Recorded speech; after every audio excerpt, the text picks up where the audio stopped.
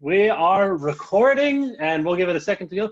Welcome to the Dice Are Bad Storytellers. My name is Jacom Clarkson, and today I will be your Dungeon Master. This is Ojoysa Mach 2, and I am joined by the illustrious Phil Mathis playing Johan, hello. Addison Radle playing Sir Emory Warren. Sir Emory Warren. Alex Errol? Alex. Alex, okay. Dowis. Playing? I am playing Qiao, Galdorcraeft. Galdorcraeft. In Chinese it'd be Qiao, but... Qiao. Qiao's fine. Qiao. And Addie, what's your last name? Barnhart. Barnhart. Playing? Barn. There's an A. It's not a U. Barnhart. Okay. Yep. Playing? Sound of the Lyre from the Errol Shore clan. Awesome. Awesome. Yeah. Wait, did you say the... What? Errol. Lyre. Fuck me. How do you even pronounce my fucking name? Lyre. Lyre from the Errol Shore clan. Oh my fucking God. I definitely can't pronounce my name. The AE combination has got me confused. And finally, Daniel Monzingo playing Corvus Aldeath. All right, guys. This is the point to start playing Syracuse if you want to listen later and turn on music. We are in Ojoysa. This is a tropical world. Historically, about 4 years ago, there was very little land. Small islands all over the place. Two major islands that were the two nations across the world. Qiao to the west, an Asiatic culture mostly of elves, and Old Wessex to the east. Mostly kind of like a London-esque human situation, but tons of intermixing, tons of bleeding between the two. Elves would live in Old Wessex and humans in Qiao all the time. And home to an aquatic culture of creatures called tritons under the sea. The world is old. There was historically 4 gods: Aurelian, god of the sky; Pith, god of the depths; Salamel, god of ocean; and Tauren, god of the earth. And the Salamel and Tauren were charged with appeasing the god of the skies and the depths, and they did as best they could, creating life and creatures with whom they could be entertained. I had this really cool, interesting setup so that we would see people in a row, but Phil challenged me. And so now I'm going to do it according to a dice roll, and we're going to adapt as we go. So 1, 2, Addison; 3, Daniel; 4, Addie; 5, Qiao.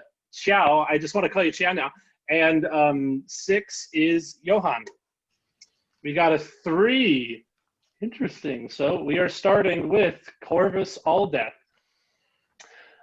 We are starting at a moment 4 years ago from today. This is before this infamous event that we'll know more of later called the Wedding. And Corvus Aldeath is standing outside of a mysterious, deep, dark cave where him and a select group of monks have been sent to slay some cultists that have been reported to be worshiping Pith down in the depths. Would you like to describe what your character looks like, Daniel? For sure. So he is wearing a deep blue robe that deep blue doesn't just describe the color, but describes like the type of robe. It is a very deep, encompassing one that, hood goes out a decent ways. And in all honesty, you don't see much of his actual body between the robe and between a mask that covers his face that, well, if any of you guys are familiar with Watchmen and the character Rorschach,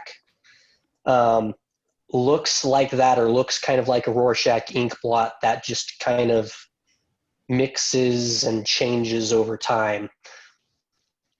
That is all correct. The Aldeath cult or clan is a better way to say it, this group of monks that are kind of like the red berets of the Triton culture. They're the people, the green berets. Who's the red berets?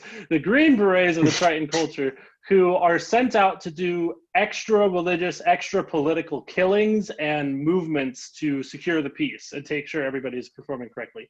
You've done this a couple of times before, and your monks know how to do this. I'm going to say right off the bat, roll me an insight check on this cave and the directions and the things around it. That is a 17. This is most pith cultists that you hunt out. They look like they are worshiping this idea of pith as a mother, as a lover of her children, a lover of the sea, and this provider, which according to the teaching of Salamel is wrong, and they're misled. This looks like they're not pulling any punches. They view Pith as a evil goddess and are still worshiping her. Like, you're seeing awful, like, dark marks, signs of, like, people being tied up and dragged into the area. Your superior Gadras has just jumped over, like swum over the entrance to this cave and seems to be securing the back end. And your coworker, Lauren, who's actually showed you where this is, she's kind of been your informant for where she is standing outside the entrance and securing the outside. You're kind of the front man. You can't see any activity. It seems totally dead, but you can tell that these aren't the normal people that you usually bust, who's just like a slap on the wrist, bring them to jail kind of a thing. These are people that you probably should kill.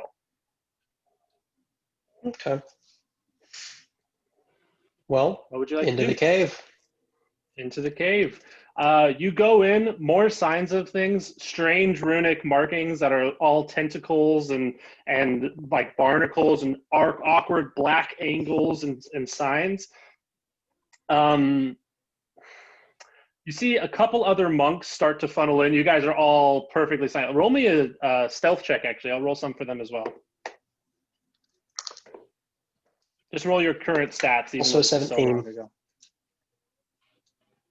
Huh? Also a 17. Wow, great. Yeah, you are moving through very carefully. You don't hear any activity as of yet.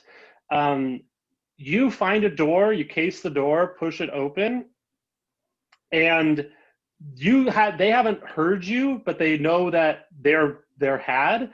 As you push open the door, you see that there are several teenagers, Triton teenager, like not very old people, tied up on the ground. And each of them have kind of been tied up and gagged in a way, but they don't seem hurt. And you see a Triton woman that, from all descriptions that you've been given, because she's like the target that was, shown to be hiding out here, you know her to be a Limnan. And she is a Pith cultist who has been organizing all of these things for a long time. But as you walk in and they notice you and she sees you, you realize she's tying up the last teenager who is willingly allowing her to tie her up. Roll me an insight check.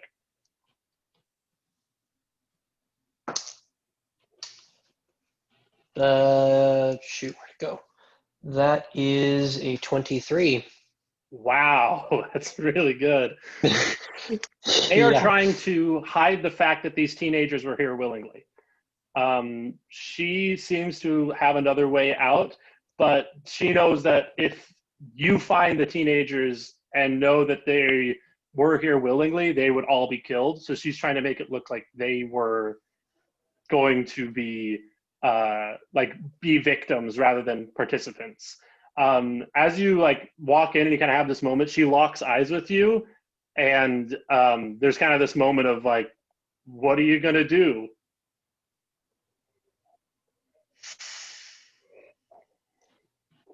Well, I'll look and say, that's unfortunate. And I will rush forward and attack her first. All right. Okay, you run forward and attack. We'll roll initiative. She only got a 4. Roll. Well, I didn't do much better. I got a 5. Oh, well, you get the first hit. Roll the hit. Oh, dear. All right.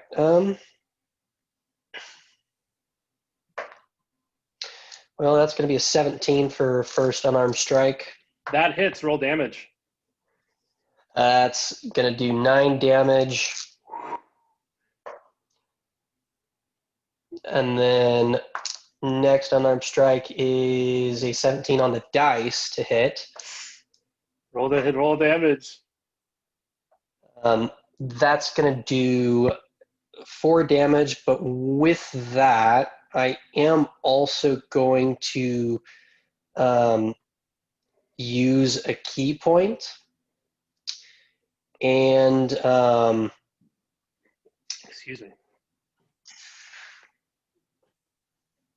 And with that, I'm going to do my Hands of Harm ability, which is going to do another 1d6. So, a 6 necrotic damage. Okay. So total damage 9 plus 3 plus 6. No, it was 9 plus 6 plus 6, actually. So 21. that's 21. Wow. You run forward, jump over a couple teenagers, just bop, bop, just smack her twice in the face. She immediately disengages. She doesn't use her whole action. She casts invisibility. She disappears in this fog of smoke. The teenager who is half tied up is like, oh fuck, don't kill me, man.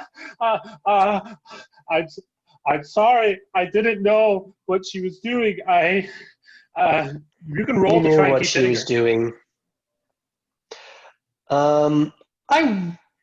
No, I'm not going to waste my time. That's Okay. Could I maybe use? No, it'd be a full action for a perception check to see if I could try to tell or anything No, like you that can where do she that. went. You can hear the monks starting to zero on their location. They haven't found anybody else hiding anywhere else in the building. Mm-hmm. Okay, well, I'll try doing that actually, especially since I don't want to get caught by surprise. So for a perception, would you do perception or investigation actually? Do perception. This is a quick thing, something that happened very quickly. Yeah, that's fair. Perception is going to be a 12.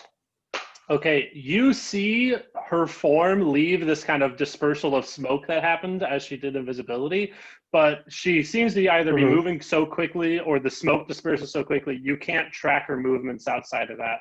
And there are 3 entrances to this room. Okay, so all right. Well, that's fine. This kid is just other monks are starting to come in, and Gadros looks to you. He goes, "Are these cultists?" They're in on it. He bashes one of their heads and immediately kills him. All the other monks start coming in, and it's a bloodbath. Just blue blood just fills the room as the water mixes around with all these dead tritons. It's pretty gnarly. It's just a bloodbath. This is successful. This is deemed successful by the Triton people who sent you, by the organization who sent you. They commend you for this service. You've done this a handful of times, but usually they're not doing anything actively evil, and it's more of a go and scare them. It's very rarely a go and kill all of them, but this was definitely a Linden has caused a lot of trouble throughout Triton culture. Okay, about 4 years pass. This is right before this wedding event happens. Okay, I want to ask you guys, what do you guys think about this? I originally designed this so we'd get through everyone's story and then they'd all meet together. This may work better if we kind of follow a natural flow of things and go with the dice. Do you want to finish up his story to where he meets up with you guys? Or go back to another character and then see when he meets up with everyone. Follow the flow. I like go with the flow. All Go right. with the flow. Then that introduces who Corvus is of the Aldeath clan. Now we will roll a d4 to see who's next. We've got Addison, Alex, Addie, and Phil. 1, 2, 3, 4. 4. Okay, so we are to Johan. So this is after the wedding, about 3 years later. Johan, you have been wandering from island to island after the events of the wedding, going from place to place. And this night in this bar, you were kind of on your last couple coins to get lodging here. And this drop-dead, gorgeous, curly, red-headed human girl who's older than you, she has been trying to full-on seduce you all night. And not very sneakily at all. Do you want to roll me a insight check on it? Yeah, natural 1. Natural 1, dude. This girl wants it real bad. She's got like red freckles all over her face. Even with a nat 1 perception, you can tell this isn't like a random peasant who wandered into a bar. This is someone of some renown. She's got nice clothes. She's got good teeth. Like she's like well taken care of. And she's just like leaning and goes, "Look, there aren't a lot of beautiful noblemen around this area. I could see it on you. It doesn't matter how much you dirty yourself up or try to disguise yourself. I can tell you're more suited for the noble type." She's like leaning in onto you. Well, I mean, yeah, I've got noble blood, but like, where are you going with this? Hopefully my bedroom, but I don't know. You seem kind of a bummer. But maybe we can cheer things up. Have you had enough wine? I don't think you can ever have enough wine after you've gone through what I have. She kind of goes silent on that and is kind of sweeter about it. Well, let's go have a glass of wine in my room. We'll see how things go. Wine sounds nice. I need to pay. And I'm going to reach for gold that I don't have because I've used it all. And 1 second. I'm going to... Okay. She immediately like pulls out a gold and puts it on the table, which is way more than the meal costs, and she has no idea. But Okay. she puts it there. He goes, I'll tell you my story if you tell me yours. Maybe up on our room. Okay, do you follow her to the room? Yeah, I imagine I'm pretty tipsy, so I stumble around a little bit on the way. But I do. She kind of helps you come up, which is awkward because Johan isn't like wildly tall, but she's a petite girl. Like she's gorgeous, but she's like, curly red locks. Sure. Like she's Yeah. on the shorter side. Yeah. So you guys kind of like find your way to her room, and she just immediately walks into it. She's like, "I am not from Shigua. I would have never wanted to be from Shigua. My father from Old Wessex dragged me here, and I have been avoiding him ever since. It's been about 3 weeks." Wow. Old Wessex. I've been there. It's an interesting place. She kisses you.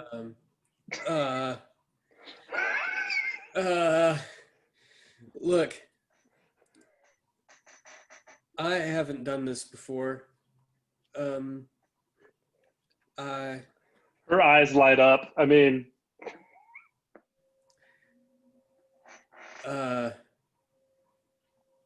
Roll performance. yeah, we'll cut away, roll performance, and come back. How about that? Okay. Let's see. She only got like a 9. I get a plus 5. She's bluffing. She also doesn't know what's going on. What'd you get? Oh no. It's a 19. That still makes the 24. You guys kind of both go into this experience a little bit like, I don't know what's going on. And in a true reversal of probably almost every sexual encounter ever, the guy leaves in the upper hand in this scenario as having performed better. It's kind of sweet. Like, it's not like, it's just two dumb kids basically just barely become adults. This all finishes up and she like gets her clothes back on. She starts going, freshening up in the restroom. And she closes and, does up the door. She's left her bag in the room. Okay. So, are you from a noble family? I'll say as I start ruffling through her bag. Roll me some investigations. She's like, I guess you could say that. 14. 14. She is not a pro at this. She has very clearly laid out her belongings. She has now 199 gold, which is a small fortune. That's like enough to last you like probably like 2-3 years at your current living style of just like wandering around. How much did you say? 199 gold. Okay, I take all of that. Okay. She's responding just like, I had a lovely time. I don't think I should give you my name. I feel like that would be inappropriate.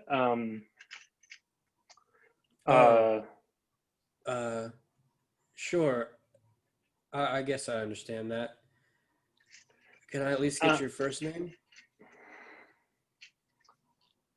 Just call me E. E. Okay. While you're looking through her purse, you also find an amber pendant. Mm-hmm. It doesn't look like jewelry. It looks like some kid's science project. It looks like it's a piece of flesh in a pit of amber. And it doesn't look like human flesh. It looks like it's like this weird glowing thing, and it has a rune on the back of it. You're not familiar with what it is, but it's your uncommon magical item, so we'll bury the lead on that. I'll take it and pocket that as well. And then is there anything else of value in her bag at all that would tell me at least who she is?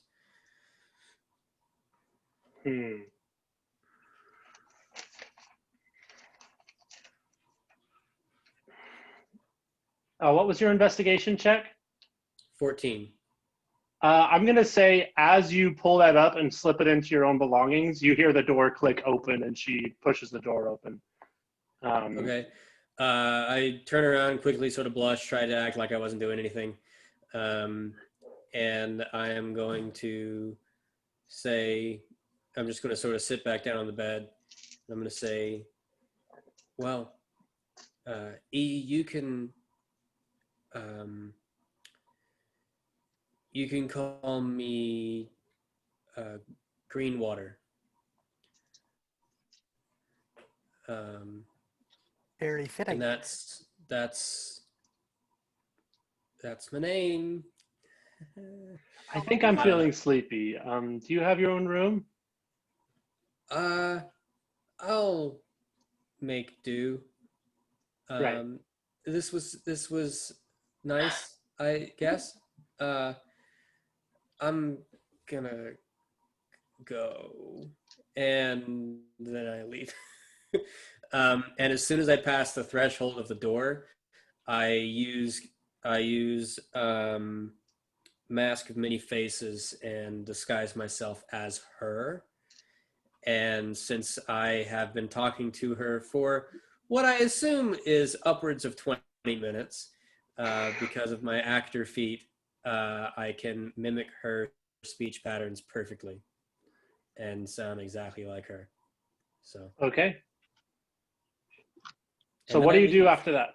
You leave? Okay. Uh-huh. How to play this?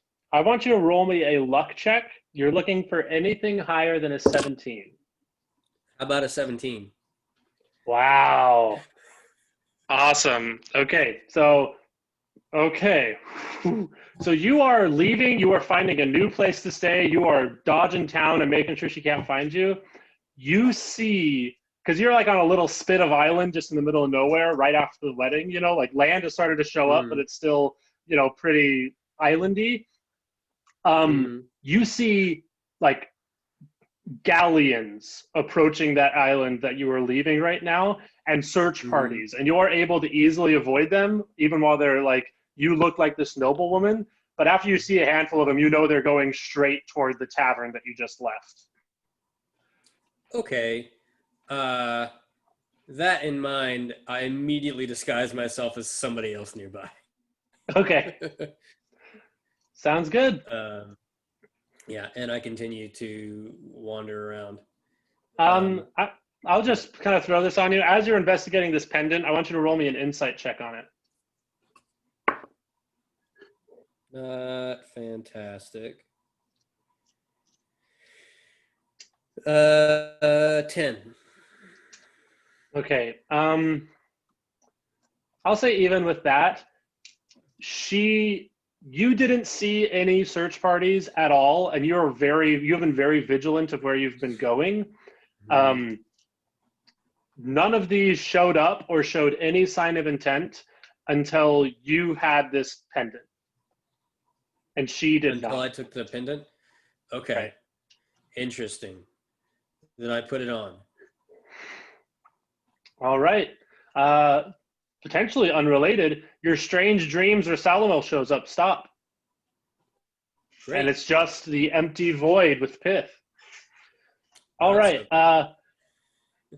Now let's roll a check on how much you're able to steal over the next 3 years. Cool. You can either roll persuasion or performance. Anything higher than a 15, and we'll do the math. Persuasion. You can do this with an advantage too.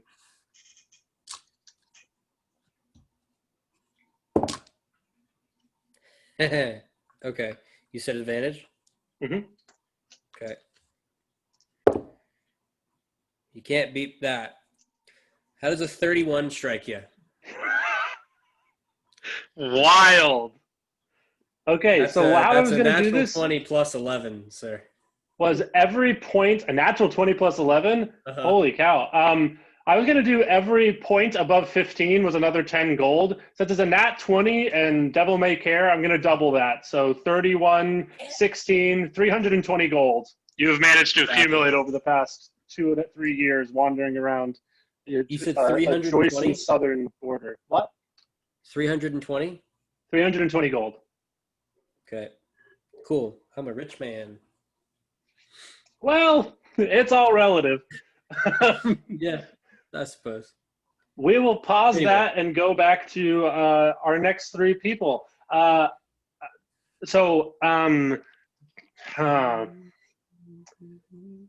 going to, just because this works out really well, I'm going to make you last, Alex. But just because it plans out really well. So 1, 2 is Addison, 3, 4 is Addie. 4. Let's go. Okay. Oh, this is interesting. We pan out from this scene and we go actually into the future, only about 6 months before present day. It is a decent home in a suburb of Xigua. Not super affluent, but clearly has a little bit of money. And we close in on a house. Outside of that house, would you like to describe your character to the table? Yeah, sure. I'm half human, half tabaxi. Cute cat ears, 3 rings going up the right one. Kind of cat nose. It's kind of like house cat, but tiger meets house cat. And fur in the creases of my cheeks, but not too much elsewhere on my face. And pretty human generally looking, except for tail, claws, and I'm not wearing shoes because I have cat feet and they don't fit well in shoes. This is a bad day for Lyre.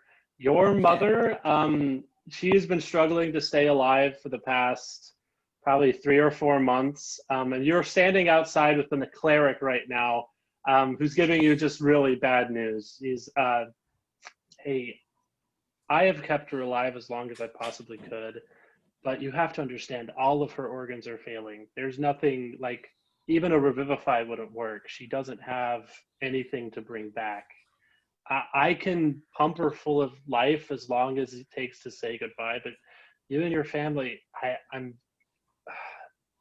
at a certain point, it's just appropriate to say goodbye. I understand. Let me get the little ones in and we can say our goodbyes. I was really hoping that we were able to get my father back before this happened, but I really appreciate everything that you've done for us. No, of course. I will hold, you don't have to worry about paying me for this last little bit. I think it's my duty as a cleric to allow you to have this. Yeah. You bring all of your family into this room, and your human woman is laying on the bed. She has a brown, she has a round face and brown hair, and she's only like 35, 39. She's a pretty young woman to have such a serious illness or have such a serious negative bit of, stuff going on. As you come up, she goes, "Oh, sweeties, oh, come on in.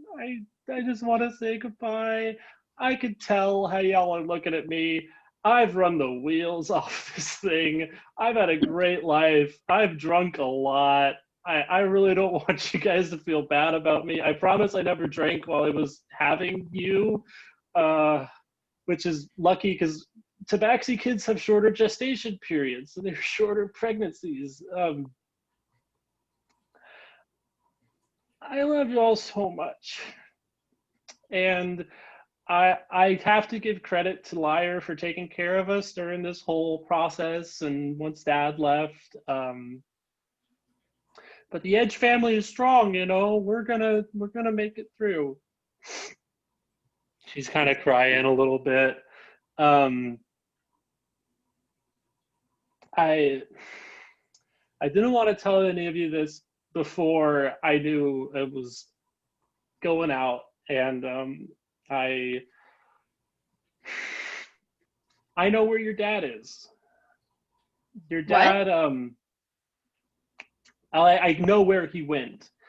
About 4 years ago, I just saw him looking out the window at the kitchen, and he was looking straight east, and he just said he had to leave. And your dad's a scoundrel. I'm a scoundrel. I've stolen my entire life. I mean, this is the nicest place I've ever lived. I've never seen him do anything with that much conviction. I've seen him murder people over pickpocketing, and I've never seen him have that much conviction. So I just wanted to let him have that, and I knew that we could take care of this, here at home. I love you all so much. And she, softly picks up and, takes care of her kids. The kids' names are Moody, Duty, Allegra, Tootie, and Ossia. And they're all your little siblings. And there's this sweet moment of just kind of all being together with this cleric here. And then she goes, I think I'm ready to head out. This isn't sad. Everybody's got their time to go, and I'm okay with this being my time to go. I've enjoyed what I've got. You've made this a really good time here. So I love you all so much. And single file, you all walk out of the room. And the cleric ends the spell that was sustaining her. And she may have been alive for a couple of minutes. She may have been alive for a little longer. But by the time you come back into the room, she's gone. Your elder brother, Moody, says, hey, I've got you. I can take care of the family. I've got a job down at the factory. I've got you. You're good. I know you need to get out of town, right? Yeah, I do. I'll always come back home, though. I promise. I'll get us out of here one day. You better. Well, hey, this is a good place. You've already gotten us out of the slums. I mean, I know you didn't do it in the most reputable ways, right? I mean, but you did it for us, and that counts for something. Well, I wouldn't have done it without y'all being the backers for that. I had to keep y'all going, you know? Right. Mom always said that you were her favorite. Let you do the job. That's why she did such a good job? No, that's why I had to let you get that job. I assumed that he was in training to get that back. Gotcha. So this kind of like ties up. As you're walking outside of the room, you see a criminal contact that you have in common, someone that you know really well. His name is Flump, and he's just this like little rat man who is kind of your go-to whenever you're called to do anything. Okay. He's standing outside the door and he goes, is there something going on? Are you guys okay? Should I come back later? Well, my mom just died, but Oh, shit. I need to get out of this house. Yeah, boss wants to see you. Shit, I'm so sorry. I didn't even, crap. Yeah, let's go. He starts walking you back over to where you know this like boss is. The crew has become steadily more highbrow as you've done more and more sheists with like playing the lute while everybody else was pickpocketed. And so like you've done that so many times in so many different disguises, so many new songs and styles of playing to avoid people tracking you down that like it's approaching comical levels. Like you've had to recycle old characters and then put on a mustache with like glasses and call it good just to like avoid stuff. And it's been easier lately over the past 4 years since your father disappeared because once the wedding happened, Shigua was nuts. Every elf that's lived for like 400 years went on a what's hedonic like bender, sex, parties, drugs, alcohol, like the thing that they had been like trying to do for decades and centuries was suddenly accomplished.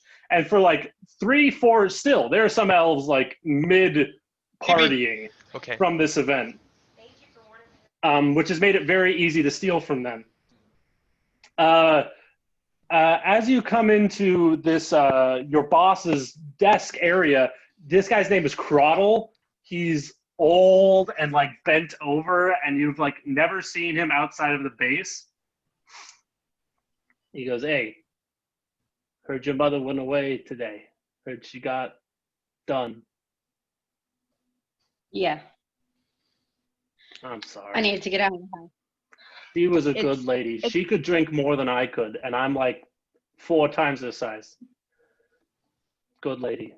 You could drink anyone under the table. Anyone. Yeah, sweet lady. Anyway, as you know, we've got to get rid of you.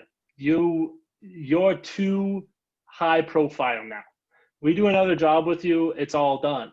We've got a barge that we're ready to shuffle you out on so you can go find some place to live in some dinky island. You've got options. There's Okay. I love your family. I love you. And when I say this, I'm not trying to wrap you up in this forever period of one another job. I promise. I promise. This will be an actual final job. You get me? Yeah. Then I'm out of here. Oh. And it's for you. It's for you. It's not for us. It's for you. But I know you've been wanting it for a long time, and I want to give you a shot if you want to take it. Is this for my instrument? I'm like copying your act. We're looking. We found where they hid the Scriabin. The Scriabin is an ancient lyre that is like several thousand years old and is rumored to have come from the now sunken mainland. Like, it's magically preserved, like truly like impeccable instrument. And he goes, so again, it's your choice. You can just go, but Okay. I gotta look up her name. Love you. Gloriosa. Yeah. Gloriosa's already picked up on the job, but he like looks to his compatriots and like, we both know she's a hack. I mean, she's nice, but she doesn't play as good as you, not by a long shot. And if you're going for the Scriabin, you better play real good. Well, I hate to hurt her feelings, but I want that instrument. I've been wanting it. You know that so much. And I really appreciate the opportunities you've given me and my family to be able to survive and move them into a nicer part of town. I'll help you do this for me. Thank you so much. I really He stands up and walks around his desk and gives you a hug while you finish up this conversation. Roll me a perception check with advantage on this. Yeah, I've actually never had to roll advantage in 5e yet. So. Really? Yeah. Okay, so I have a 19 flat, and how do I add advantage? So you just roll. So you roll 2 dice and you take the higher. Okay, 19. Probably won't get much higher, but maybe. I got 2 more on that one, so I got a 21. Nice. Wow. As he's walking around the table, you've known this man for a really long time. You see some sort of illusion break on him for a moment, but then it's immediately back. He doesn't notice that you've noticed, but it doesn't seem, he doesn't seem to be like malicious. You just see like a tacit long-term illusion that he's had on him break for a moment and then come back on. What did I see in that breaking? You saw a flash of red, but you couldn't tell anything else from that. Okay.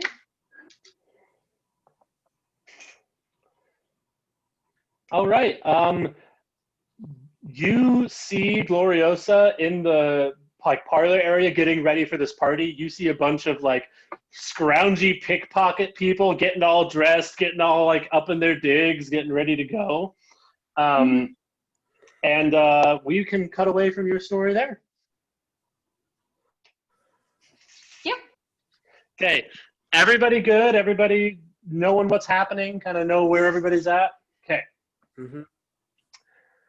We are now going to go 14 years back in the past to a 16-year-old Sir Emory Warren sitting in the Orellin Library in the Royal School of Magically Inclined. It's a long-term schooling place where royal kids will be deposited at kindergarten, grow up until they're like 17, 18, and then go back to like being privately tutored.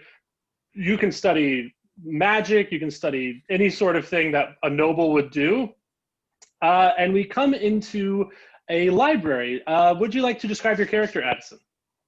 Yeah, he is in servant garb. He has a broom that he's kind of sweeping the floor with. He pushes open the door of the library and kind of looks around shiftily, closes the door behind him, and makes his way towards the books. Nice. You have snuck in perfectly tonight. You don't notice anybody seeing you in any way. this is some lore this is something that you read from the book that is important to know. I want you to make that extremely clear for everybody. You have been reading magical history books specifically about people who have made spells, people who have, like Tensor's Floating Disc, Tasha's Hideous Lasso, these like brilliant wizards who have innovated spells in a way that were really unique and transformative. You read a book that is about smaller scale ones, people who made these little alterations to spells that improved life a lot. And this specific entry is about Clippy's strict sealing. And it sounds really intense, but all it is clerical magic. You see, the royal families for thousands of years, eons. It started with the Errol family, which is like the first king. He's been known for stealing magic from Aurelian, and that's how he established the kingdom and becoming the first monarch. But back then, and even today, they have these special wax seals that are non-replicatable and can only be used by people that are of the bloodline they were made for. Super expensive to make, magical artifacts that are woven in with magic. Clippy's strict sealing was made about 500 years ago after an extremely well-known event in the history of Old Wessex, where the Aurelian family was made bankrupt. The only thing that kept them afloat was that they were royalty and the king. But because it was unknown at the time that this sealing magic, what they didn't know was because this magic was so old, they considered marriage family, they considered any form of consensual sexual activity like a family connection. And so what happened was one of the Aurelian children got a little too floosy with someone who was trying to sleep with him and was able to use the seal after he stole them and misappropriated goods from a major shipment. And it completely destroyed the Aurelians' wealth. And actually is what led to the current government, which is the four royal families taking a turn at being a king and at rotating through, followed by the Justicar and the Parliament. Most of the power is in the Parliament. And that's been the same way ever since 500 years ago. And what does the spell of strict sealing do? So it's actually not it can only a be spell. Opened. Uh-huh. It's a clerical alteration to an old spell. So Okay. It's kind of like when you're making these seals and when you're dealing with this magic that's family oriented to like preserve safety, preserve identity stuff. Mm-hmm. Instead of using this old style that is like the root of the magic, if you do it with Clippy's strict sealing, it removes the sexual component of it that someone can just sleep with a noble and become part of the family. Like so it is strictly blood in marriage. Yes. And so this is an example of like truly minuscule history, but Emory's kind of a nerd. He seems to be into it. He immediately starts trying to figure out, based on that, how you could do the exact opposite and make it so it doesn't affect it if you marry them, or if your family can't open it, it's only people with which you have had sex that can open this seal. That's his. All right. I just want to make sure I'm hitting all the information. One of the languages that was changed was, and it's a really common thing in old spells, is on the heart. It's a bit of language that they predicate the endowment of the language or endowment of the spell on the heart. And that's what makes it that deep. And there's a lot of like arguments about what that actually means, but that's the language that they use. Lastly, the Aurelian family is almost deceased. While you're alive right now, there's only one old man that's like in his 80s even now, and he has desperately been trying to produce an heir his entire life and has been unable to. The Aurelian family is almost completely bankrupt. They've only been maintaining in the royal family because they were the first royal family. And especially, I mean, there were falls from grace even past this 500 years, but that was the moment that everything changed for the governance of Old Wessex. And as you're thinking through these things, taking notes, being the studious guy that you are, you hear a ruckus of teenagers, not on the floor level, but the level above you.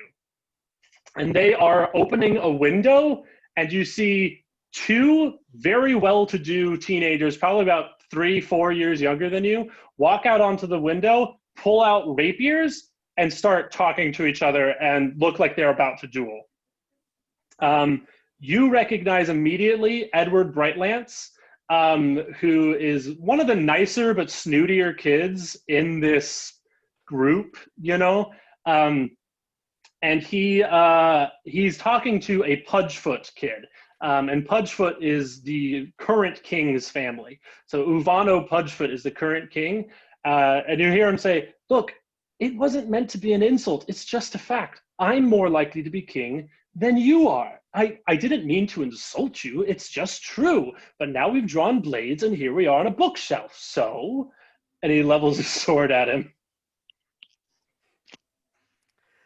I am going to quietly close the book and try to get the fuck out of here. This is none of my business. You hear them, doing some clashing back and forth, just kind of jaunts. As you're leaving, you're almost to the door. I'm going to say, we'll just give this to you. You don't have to roll perception for it. You see that the Pudgefoot kid has a pistol in the back of his belt. And he is clearly not winning. I'm going to open the door and get, most of the way out and say, watch out, he has a pistol. Close the door and run. I'm going to say, as you're doing that, you and Edward, lock eyes for a split second. And Edward, drops the sword and backs up. And you see, you see that the altercation actually ends. The other teenagers rush out the window and grab Pudgefoot, and he's red in the face, super angry, just his honor is tarnished, really upset about it.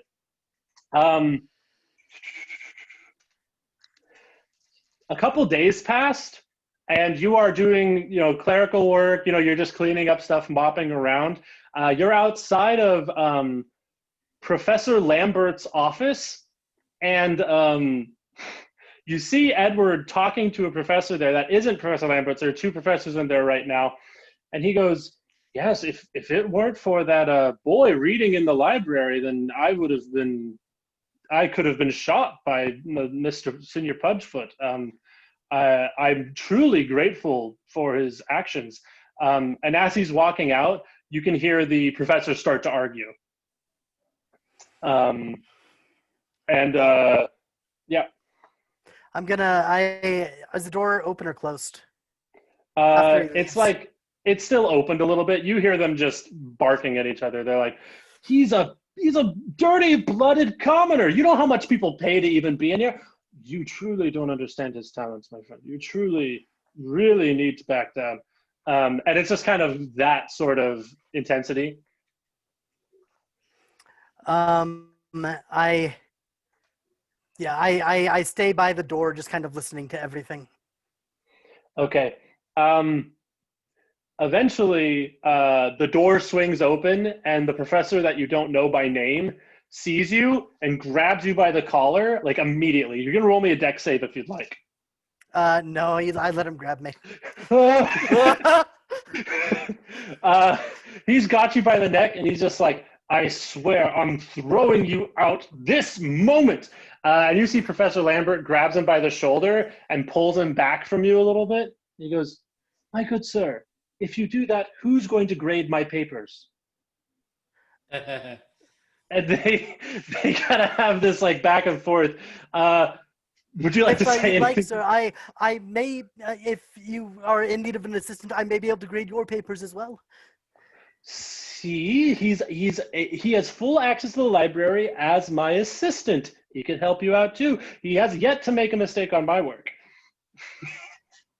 How would you like to describe the next, 10 years before the wedding?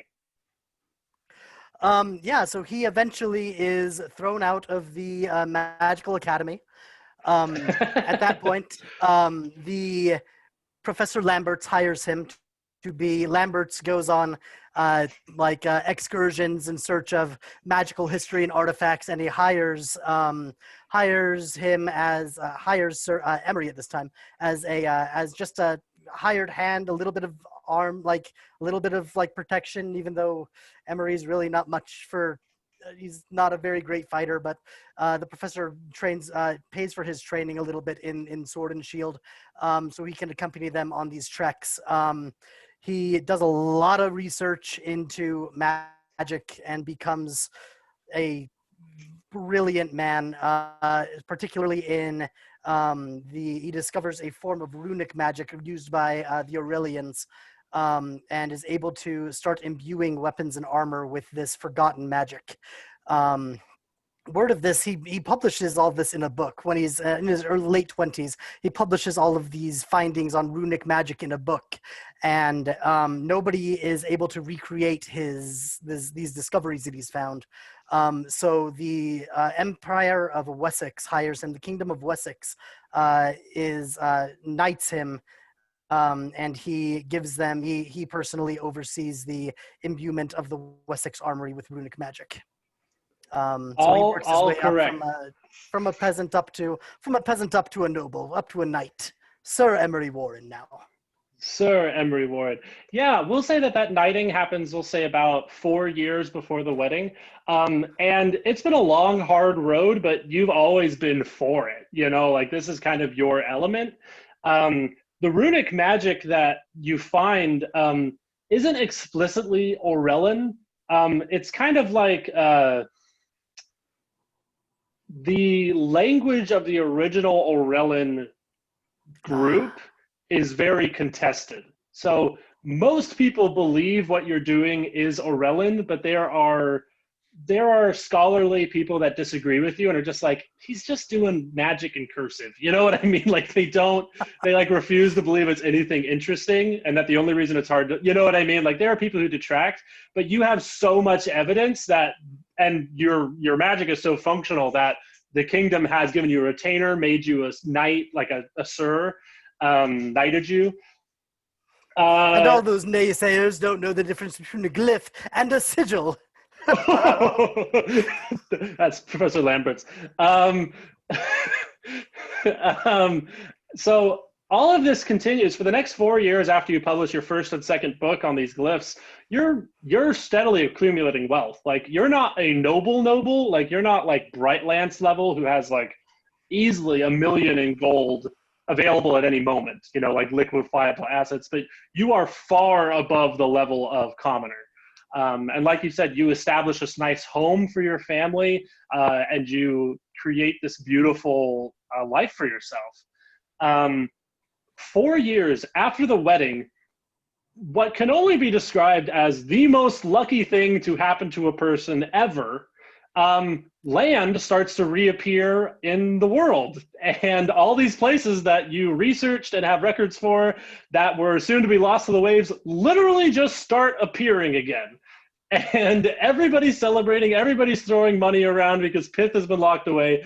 And you are like the one man who studies Atlantis, and Atlantis returns to the ocean, and you're the only one who can talk to them. Like, there's not people there, but you understand the significance. Mm. So your wealth accumulates from there still, and you're kind of in the middle process of this. With all this going on, we are going to zoom into a palace villa that is in the royal section of town that is the property of Sir Emory Warren. How does he look now? He is dressed in full plate armor. He has like a red sash on over his shoulder, like a weird kind of silvery half like their owl is perched on his shoulder that regards everybody with the same like scoff and sneer that he does, the same smugness that he does. Yeah, that's Sir Emory. All right. A face that you very much want to punch. But sadly, because of this armor, you will never be able to punch him. So I assume you're about 26 to 30 right now? You're kind of approaching your 30s pretty close here? Hey, we're all about the same age. Interesting. You are sitting at your room. There is a pile of letters from your sweet mother down in the town on the thing. Haven't been opened. They could have been there for a really long time. Uh, I really should hire someone to respond to those. and as you're sitting there, Bedlam walks in, who's your manservant. He goes, "Oh Lord, the riots outside are rather spooky, but I've been told to give you this missive from the kingdom. So here it is." And he gives you this very beautiful white stationery note that has the seal of the Justicar on it. Great. I will. I cast Mage Hand and open the letter. Floating in front of you, drops open. It has the signature of the Justicar, and it has the Malekith family seal, so you know it's from Malekith. And it says, "Report to the castle immediately. Come armed." Oh, well then. He will pick up his shield that's resting against the door, slugs it over his arm, and says, Bedlam, if you would, please. My mother, if you could reply to those letters, you know how my mother worries. And I'll just tell her you're doing great. Good He's man. Tweedledee man who can't hold his arms higher than this, just as force of habit. It's good work for him. You see him start drafting. Emory takes out a piece of green chalk and marks his shield and marks his breastplate with some runes that glow a bit, and then he makes for the door. Nice. Okay. As you're walking toward the palace, you're only a couple blocks away. You can just walk there. You can call a carriage if you want. You hear a town crier yell out in the streets, "Uvano Pudgefoot has died. He is named Karina Hollow, the next queen of Old Wessex. Ooh. Edward Brightlance, her father, her brother, to act in power of attorney." How old is Karina at this time? Is she not old enough? She's about 22. It's been 4 years since the wedding. She is still not fully recovered from seizures and the effects of resurrection sickness. So she still has seizures pretty frequently and has kind of not recovered all the way. There's a lot to unpack in those things and that idea. For instance, the Hollow family, the king probably should have appointed Dane Hollow, the head of the family, to go, but there's a bylaw that says someone still has to be the head of the Hollow family. He has been a cutthroat merchant his entire life. Most of his family has sworn him off or been killed by him, allegedly, rumors are all about. He does have a wife who has been rumored to have disappeared for a long time, but people just assumed that she would be made queen. And this decision by Uvano after death, posthumously in notes to not choose him is a huge dishonor, as well as says a lot about what's actually happening at the Hollow household. Mm-hmm.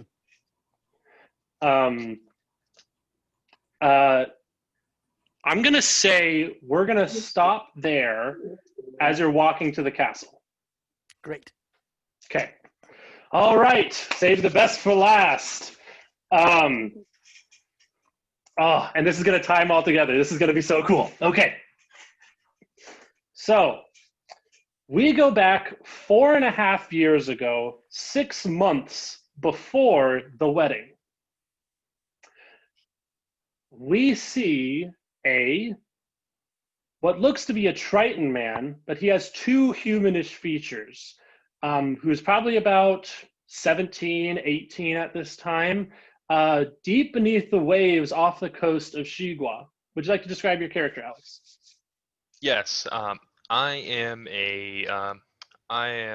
like you said, I kind of have Triton features, but they're a little bit softer, a little bit more elven, and I'm sitting cross-legged. Where am I? You are under the water in your hometown, wherever you choose to be there, with your family, probably. Okay. I'm kind of just sitting.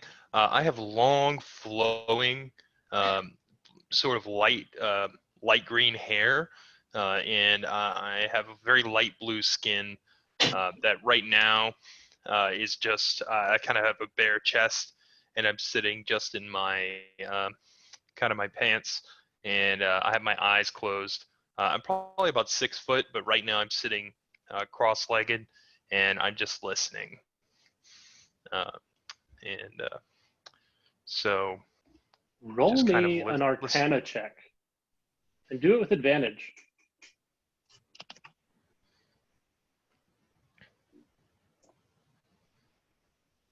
Come on, dice roller, you can load. Okay, there we go. Okay, so that's a 19 plus something plus 8. Wow. 27. Okay, you are sitting here listening to the rhythm of the ocean, and you're so well practiced and you're so in tune with magic that you can feel the air above the water and the sky above that air and the earth connecting to the air, you know, many miles farther away from you, and this empty pit beneath you that you can always feel your magic leaching into that never comes back, you know, kind of this empty moment. As you're sitting there, at the same time as you sense your mother coming to the door, you feel a spark of excitement, something like a god, something like something much more powerful than you, miles away. And then you feel it hushed. You feel it like a pro hand. You feel like you've just been watching someone like play the Cups game, and you see a bright red ball, and then it's gone, and you're not sure where it's gone again. And as you experience this at the same time as your mother comes to the door, she goes, "Qiao, it's time. I need you to come with me immediately." My eyes kind of snap open very suddenly, and I just take a moment where I'm reaccustoming myself to the world, and I say, "Yes, very well," and I stand up and I follow him. You guys get into a carriage that's kind of built for the bottom of the sea. You know, it doesn't have wheels. It just kind of floats right above the surface. Powered by some divine force, specifically for you, the carriage shrieks across the ocean of the water. You see it pass over depths, empty spaces of expanse where the sea ends and there's nothing beneath it. That would normally be death, like nothing is carrying it. You know immediately that you're being carried by some force much more powerful than you. Definitely God, definitely magic. But at the same time, covered, like you're being hidden from something else. This is for you and your mother. You arrive at this place that doesn't feel like the sea, but is the sea. And you come to this large tentacle-shaped structure that is just a mass of tentacles and strange, impossible geometry, and this large chapel. It's this large, like, castle built into the bottom of the sea. And you and your mother sit there quietly. And this is an event you've known about for a long time. You've always been told you'd be asked to do something. You have no idea what it's been. And she's sitting there waiting with you. Would you like to roll an insight on your mother? Yes, I would. Nat 20. Nat 20, yeah, baby.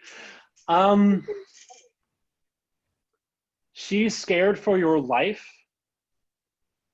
but proud of what you're going to do. She's gonna reach over, and I'm gonna reach first. I'm gonna reach for her hand, but I'm gonna pull my hand back, and I'm going to pat her on the back, and I'm just gonna say, "It will be as it needs to be." She nods to you. It will be as it needs to be. Time passes. It feels like everything is ageless down here. And she starts to gesture you toward the building and starts to walk you over.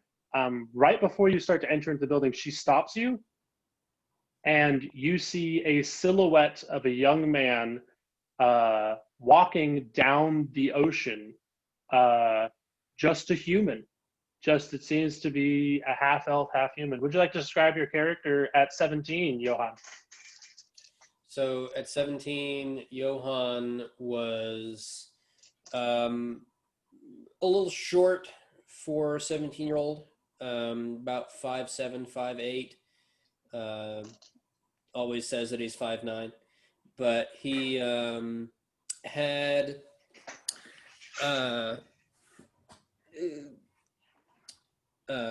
hair that is down to the back the bottom of his ears or his earlobes, that is constantly sort of swept over one eye in very classic emo or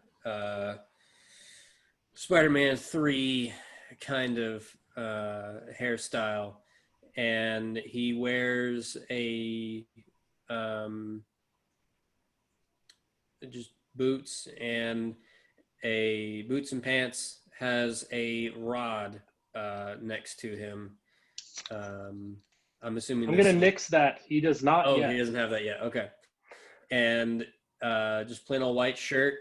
And at this point in the place, or at this point in the story, he also is just wearing like your classic big old trench coat that like a pirate would wear. So Gotcha. looks He's very, walking very down well the kept. ocean. Very long epaulets. Okay. Well, he looks very well kept. Like takes a lot of pains to make sure that he stays looking clean. He is walking down the beach in a daze. He has black magic seeping out of his nose and mouth that seems to be keeping him from drowning as he's walking down.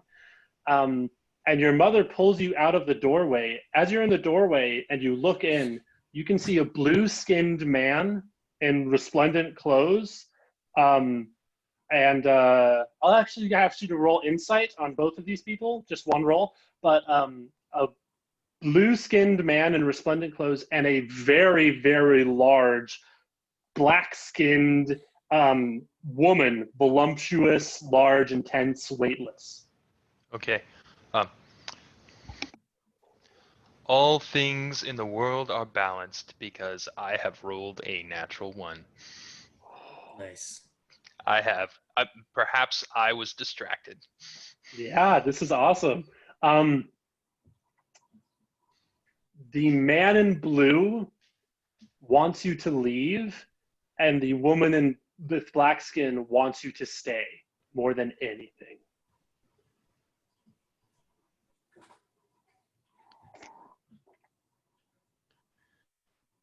Okay, so I'm still standing with my mother, right? Yes. I'm gonna look back and forth between the two people and him, and I'm gonna look to my mother and I'm going to say, is this a test? And I'm just looking back and forth because I'm not sure what's happening. It doesn't seem like she expected him. She's going to look at Salamel. She starts, you feel pressure, light pressure, as she's trying to pull you back from the doorway.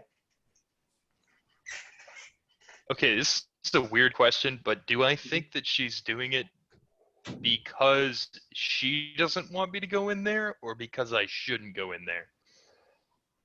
With a nat 1, do you think your mom doesn't want you to die, and she might be keeping you from your destiny? I'm gonna gently pull away, and I'm going to walk forward. Okay. You walk into the room and you hear Salamel say, "Look, no, don't. I made the Tritons for you. They're wonderful." She goes, "They're so boring. They always obey the rules. They never do anything exciting. They never, I mean, Tauren's children, they fight. They have wars. What do yours do? They just make art." They haven't noticed you yet.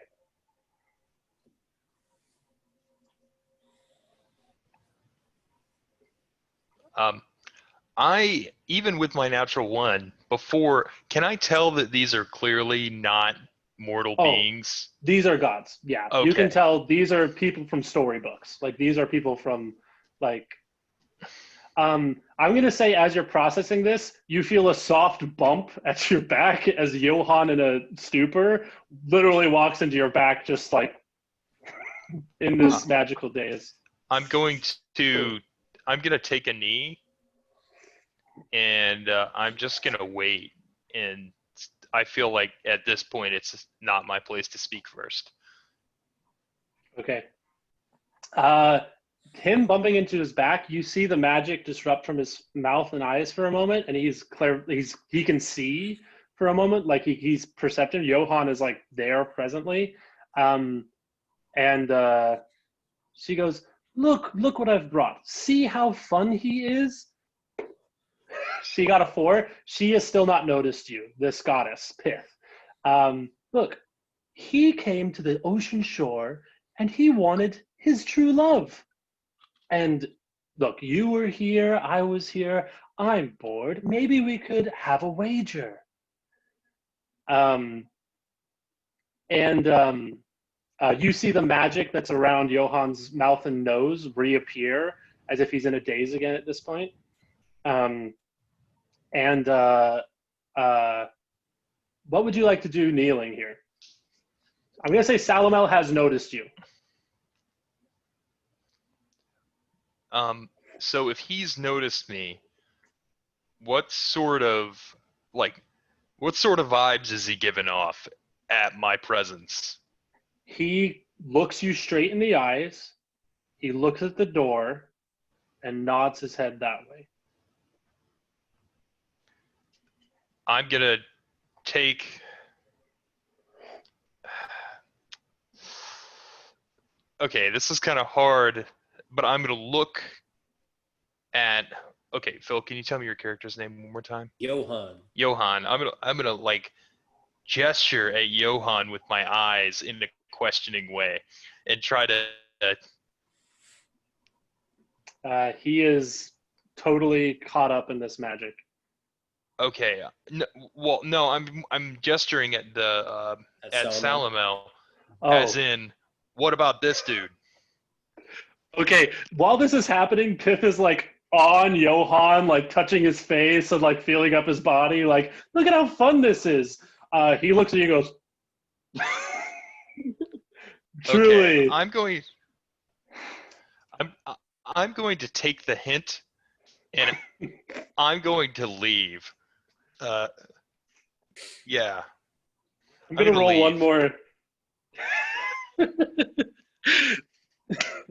As you're leaving, Pith goes, thank you for coming, sweetie, as you're walking out the door. I'm going to keep walking, assuming that that's probably the best move. Yeah, Your mother is waiting. Actually, I'm going to turn around and kneel for like half a second, and then I'm going to turn around and leave. Okay. You dash for the door. Your mother is waiting right out of eyeshot and immediately embraces you. Like a sprinter. Like she's like waiting for you to come out of the door, not willing to go in.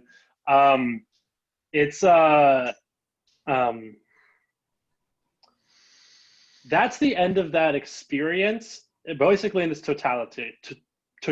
Your mother is like, don't talk. We don't talk. And she brings you back to the chariot that's going to bring you back to Shigua. It speeds over the ocean floor like it did before, and you're back home. 6 months pass, and you are at the wedding. You are a Shiguan noble emissary. You have been invited to this wedding between Lan Hongxi and Karina Hollow, which is a political marriage between the two nations that's trying to like achieve some level of peace. And I'm going to go through the facts, and you can ask questions as we go. Hey, Jacob. Mm-hmm. Real quick, Karina was not a hollow. Oh, thank you. Karina Brightlands. So sorry. Not yet. Mm-hmm.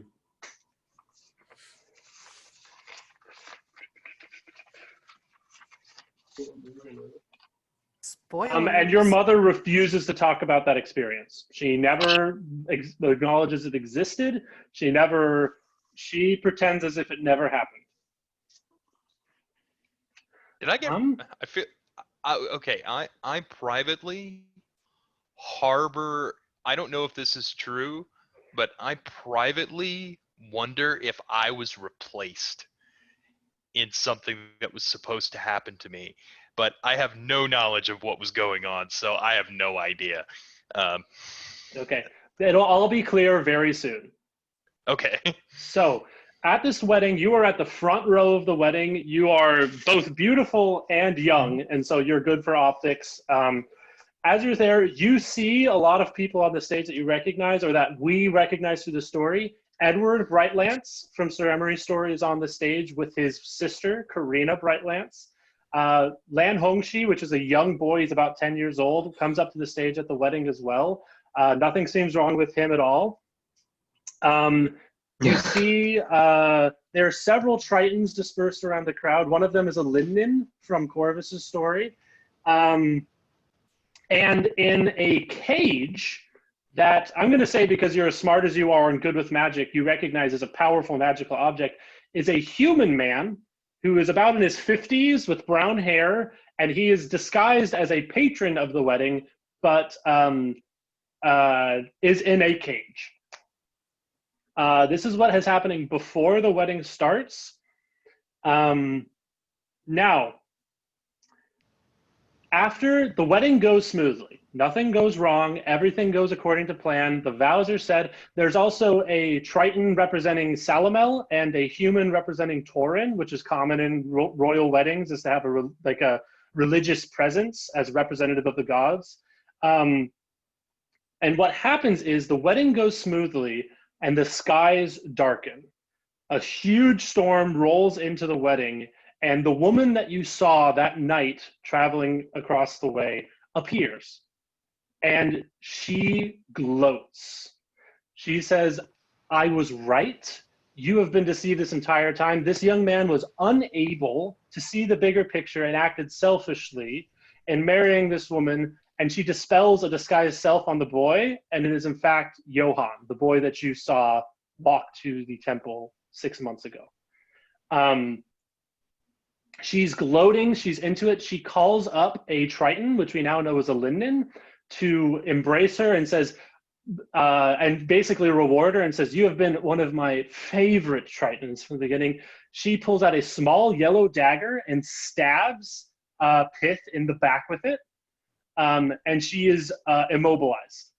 She falls to the ground, unable to move. A Limnin moves, and this is like a flash moment. The Emperor himself stands up and moves to go pick up Pith's body.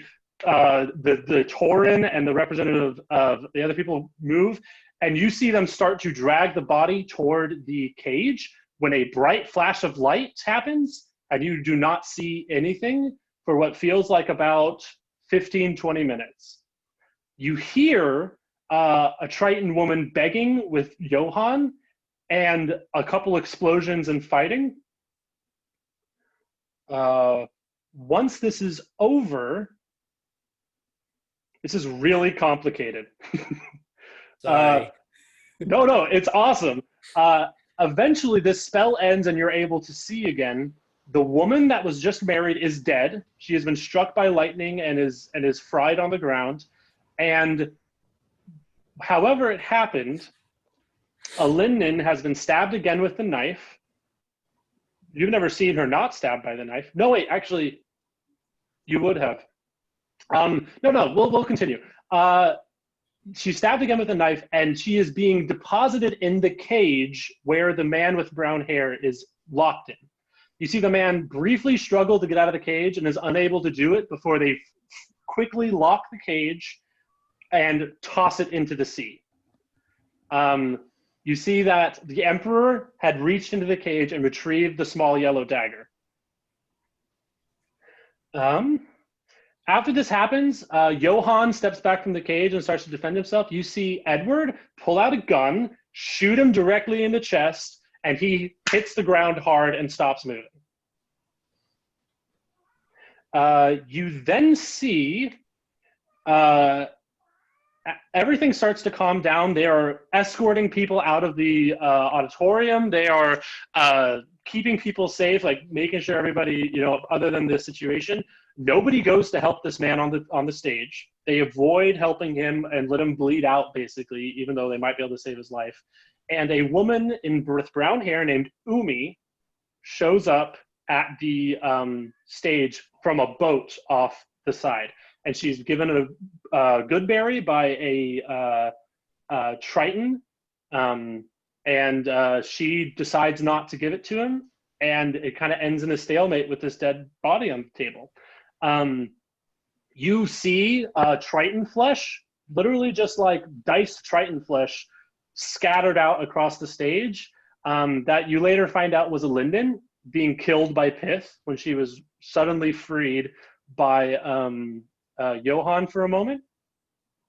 And is there anything I'm forgetting? Just want to make sure. I did. I believe I rolled. I think two I save, rolled 2 20. fails, 2 successes.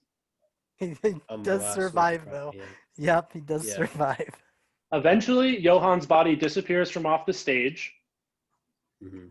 And the next couple months are a blur because every elf in Shigua loses their mind and starts spending their fortunes they've accumulated for years. The emperor goes wild, truly, the entire world celebrates for a period of about 3 months.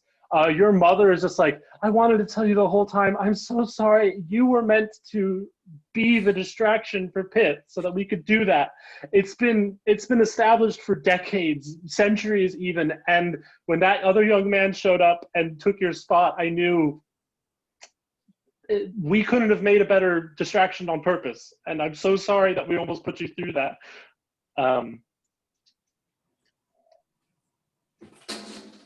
The frick, eh? Sorry.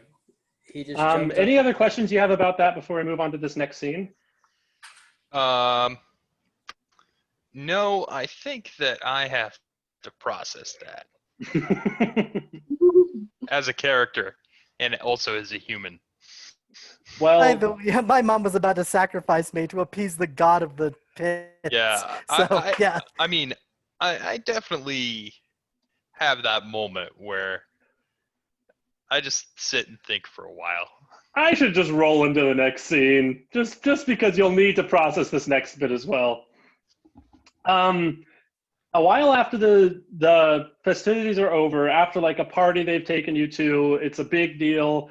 Both your mother, Entris, and your mother, your mother, Entris, and your father, Kale, pull you aside, and they say, we have some news you should know now that you're fully a man, and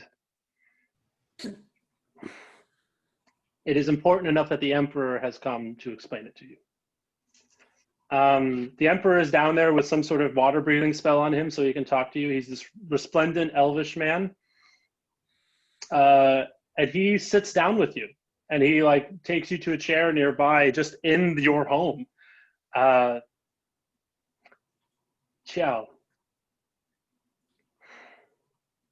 I have a gift for you. He picks up a box and he opens it, and it is the golden dagger that you saw stabbed Pith before. And he hands it across the table to you. He says, this is the dagger that Pith used to poke holes in Aurelian's tapestry and create the stars. I give this to you because I trust you, and I have done something truly evil to you. Your father, as you know, is Lyre, who is a trusted advisor of mine in Shigua. Your mother is Entris. While they did love each other very deeply, they did not have any sort of sexual relationship in any way. Foreseeing this event, I requisitioned that your birth take place, knowing that Entris was a good woman and Lyre was trustworthy.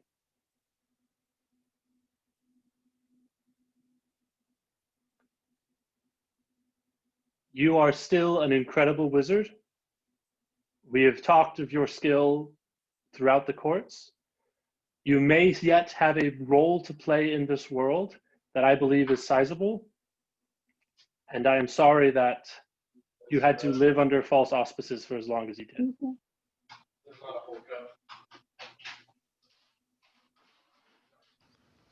Do you ever feel as though all the things in your life are just noise to distract you from the deeper things in the world? I feel this way quite often now. Thank you for telling me. It is good to know the truth of things. And I'm just gonna grab the dagger and kind of bring it closer. I'm processing.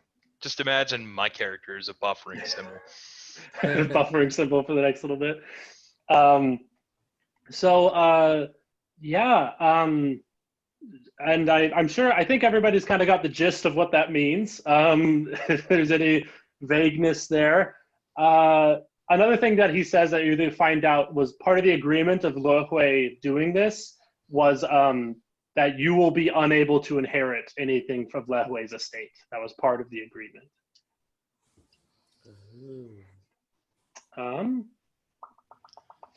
I feel like an awful person. Let's see, moving forward. I'm going to be privately amused that his fiance has spent so much of her time hating me when there was no danger of me inheriting anything. Not that I ever sought it out, but all the wasted anger of of that relationship. Awesome. Okay, now we're gonna get to the fun part, y'all. Okay. Everybody enjoying this? Does this all kind of lay out, feel right? Fit story-wise?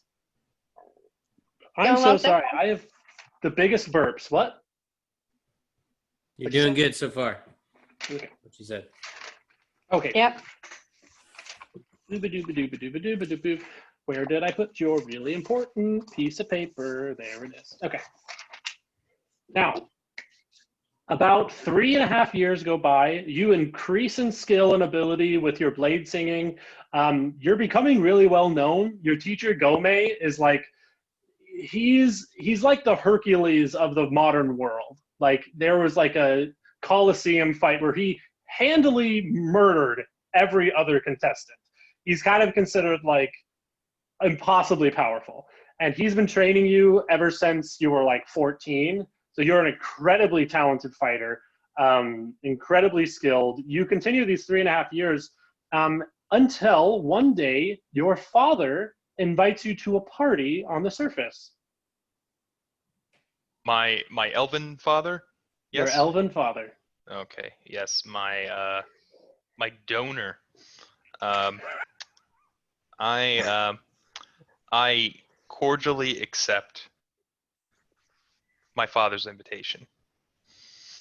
All right. You come into the area. He goes, "My boy, it is so wonderful to have you here. Please enjoy the wonderful charcuterie boards, and if you see any ladies you like, feel free. Just, ask them out and everything. Just so you know, this is a completely different person than you knew about 4 years ago. You've never heard this guy you didn't even know this guy knew what sex was until, like, you heard that he requisitioned that he was part of your birth. Like, and now he is a radically different person. He eats a lot. He sleeps all the time. He does no work. And he's just very different.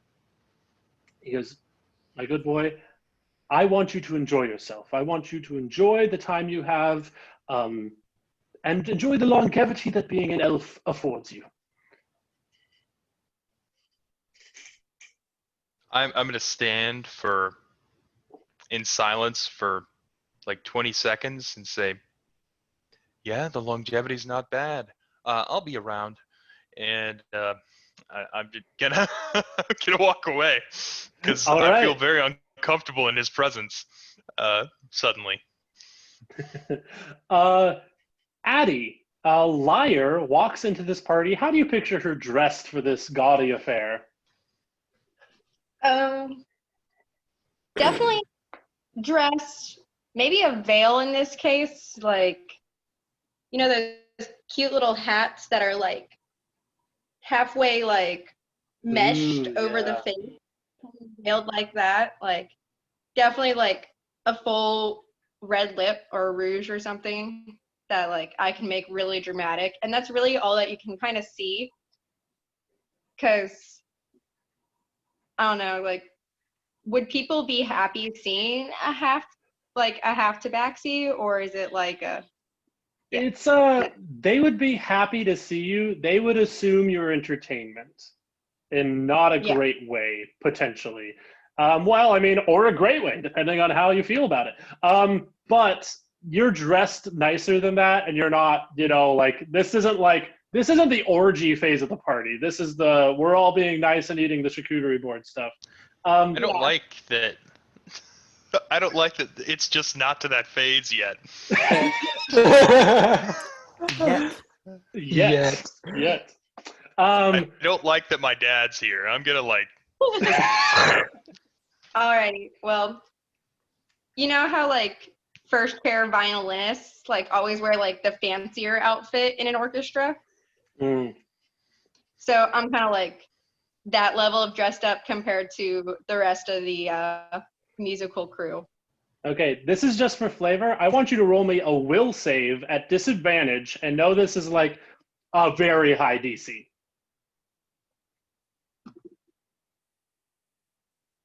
Let's say 14. Oh God, where are wisdom. the saves in this game? It's on the left-hand wisdom. side. Okay. 14. Yeah, that's not enough. I'm going to say you guys see each other. You see this half-tabaxi woman walk into the party, and you, Qiao, are, off eating some sliced meats. Lyre sees the Scriabin in this beautiful golden case with like pristine magic, like sitting in the middle of the lobby, and you are drawn to it. Like you cannot, like it's just like, oh, like cartoon SpongeBob floating off the ground with like light descending on her.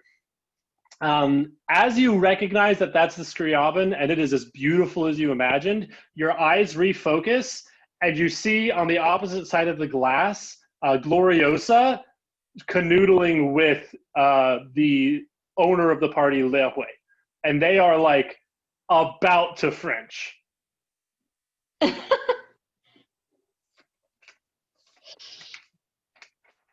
Okay, 1 second. I'm gonna message you real fast. Okay.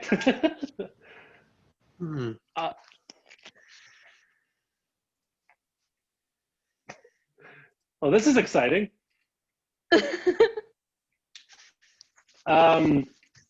Qiao, like, you recognize people you've seen here. Not everybody's a full, like, Caligulan mess. Do you mean just, like, Yes. steal it? Yeah. I don't know what you mean. Sorry. I have a spell. Kind of just lets me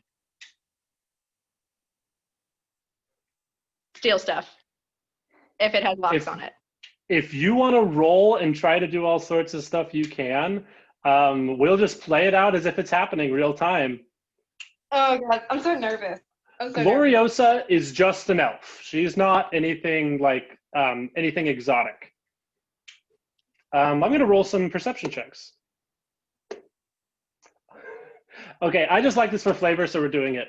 You see him go in for a kiss on Gloriosa and spot you out of the side of his eye in the glass, and he fully sides. She kisses him on the cheek, and she pushes him off of he pushes her off of him. He walks around the Scriabin and goes, I saw you perform on the street out by the bay. It was incredible. I didn't get your name then, but I have had my eyes out for you. Well, thank you. You weren't I hope- performing. You were just playing on your own on a rinky-dink little thing, and I must see you play. I have a good eye. I have a good eye. I have been alive for a very long time, and I know good performers when I see them. Well, I can play on anything, but if you'd like a real performance, could I perhaps try and play on this? He bashes the glass out with one hand and just reaches in. This is a huge scene. Like, everybody sees what's happening here.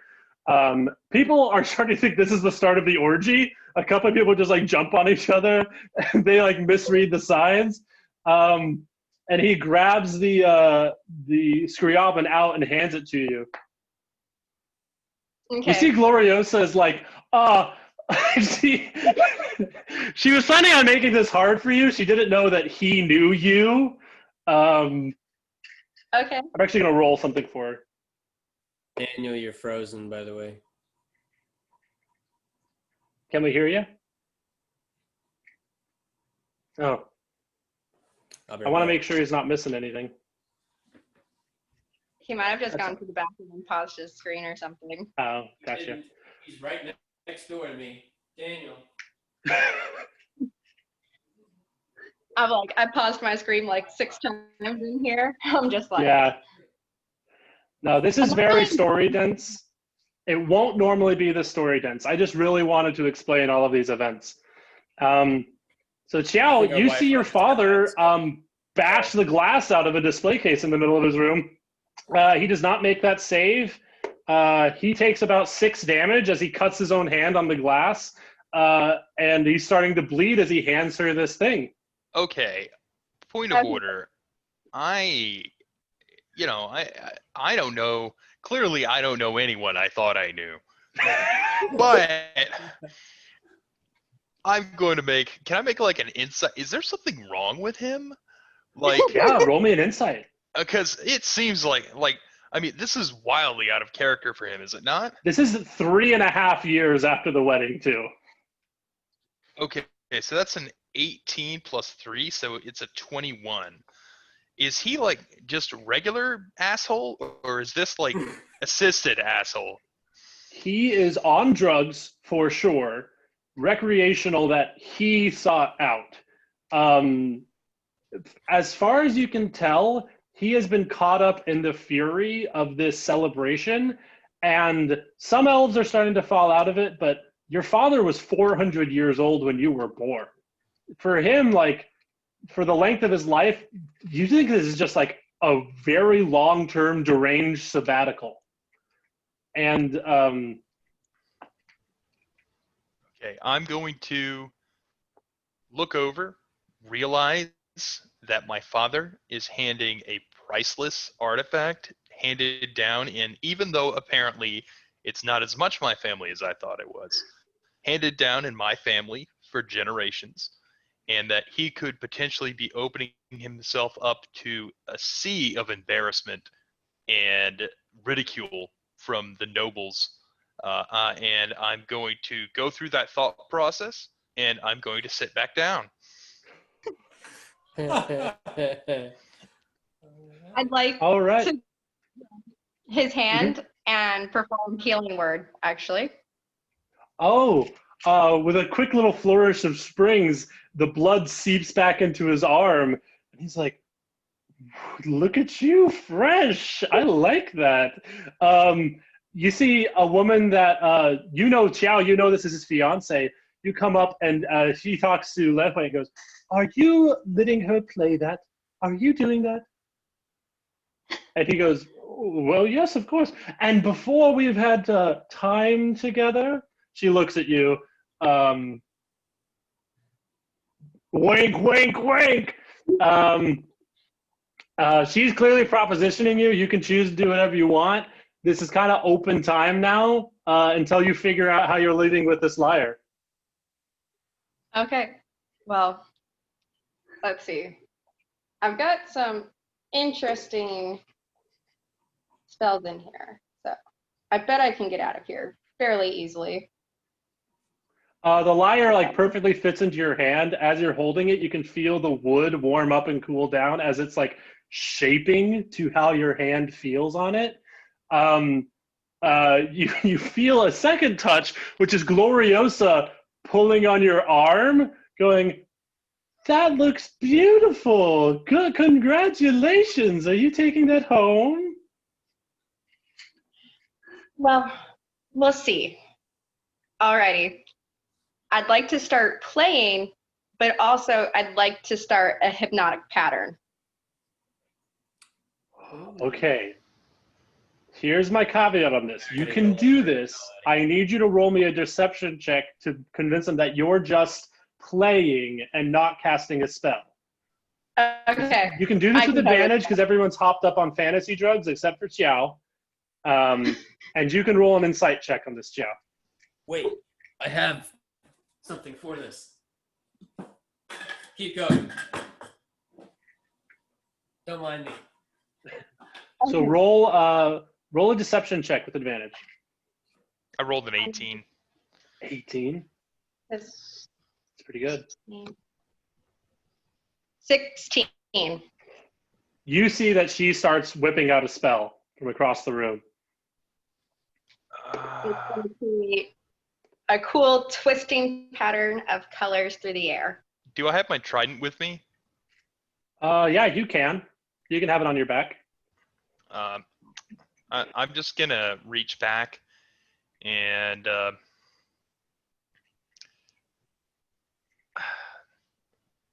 You see your father's like, ooh, and starts reaching up to the colors. I'm having a crisis because all these people are really starting to irritate me. But I don't know what she's doing. And Okay. Roll me an Arcana check because you've noticed she's doing something different. Roll me an Arcana check. okay, that's a 27 again. Okay. At first you're like, oh no, she's doing something. And then you're struck into a meditative state. You hear the music and you feel like the magic of the lyre. And it's like you are in that place you were when you felt Salamo.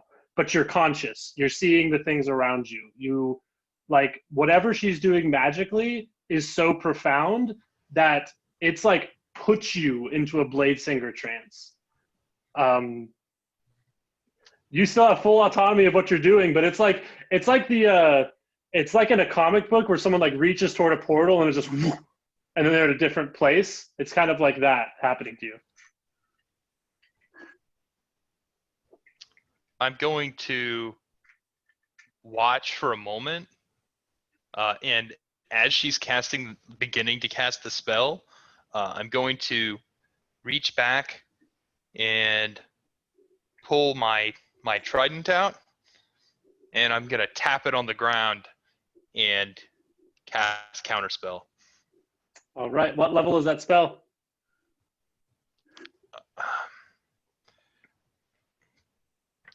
I mean, I'm just gonna cast it regularly, so I don't know what level hers Yeah, is. exactly. What level is your hypnotic gaze? Third. So you need to roll a intelligence check to see if this works. No, I think if it's third Is or it below. same level? I think third or below, it's just. Yes. You continue to play. The magical effect stops suddenly, and he goes, "Oh, beautiful. That is wonderful playing this." And through this like sudden counterspell and all these other things happening, you you know that he stopped your spell, and he knows that you know that he stopped his spell. I'm gonna try to make eye contact, and I'm just gonna shake my head very slowly back and forth, and go back to what I was doing. As you What's the performer? I'm here to be cool. As you do that, your drug-addled father sees you guys make eye contact. She grabs her by the arm and starts walking her over to you. And he goes, "Qiao, I just met the most wonderful woman. And wouldn't you know, she's also half human or half person, just like you. So if you were to get together and, have an offspring, who knows, they would be a quarter, a quarter, a quarter, a quarter. They would be human, elf, tabaxi, triton, that's the other thing you are. She'd be a fish cat. She'd be a tuna fish. Fish. I'm going to take a drink off a tray. I'm going to take a drink off a tray that's coming by, and I'm going to say, I am sorry, Father, but the Emperor has yet to assign her to me. Well, I don't think he remember, even sir- knew that you knew that. Oh, then it's a real slapper then. It's like, I did not know that. Entertain. I'm gonna say he's like, that's like deep state secrets, kind of like that he may have personally forgot as well. He's going to like, he's going to go, well, there is a more exciting part of the party later, if you get my drift. Okay, Why don't you get to know each other? And he walks point off. of order. Wait. Okay, point of order. Would that have been like? Would I have known? Okay, I didn't realize he didn't know that I knew that. Okay, it wouldn't be the end of the world. Like, he's really drug-addled, and he wouldn't, like, disown you. You couldn't destroy him with this knowledge. Like, especially right now. Yeah, like, there's really nothing to lose from him knowing. He's just shocked. He likes knowing more than the people around him. He's not, like, wants you dead. I'm just going to sigh, and I'm going to say, sorry, what were you saying? Who, me? Or Yes, your dad? Okay. I'm just here to entertain. So let's not counterspell my spells right now, okay? Okay, I know exactly what spell that was, right? Yeah. Okay. It can pretty colors and charms people. Yes. Kind of like a fireball makes light and burns people. Well, hypnotic pattern's not that bad. It's just kind of each creature in the area who sees the pattern must make a wisdom saving throw. On the failed save, the creature becomes charmed for the duration. Yes. It's not bad. It's just great high music. It's like listening to like psychedelic rock while being high. They're already high.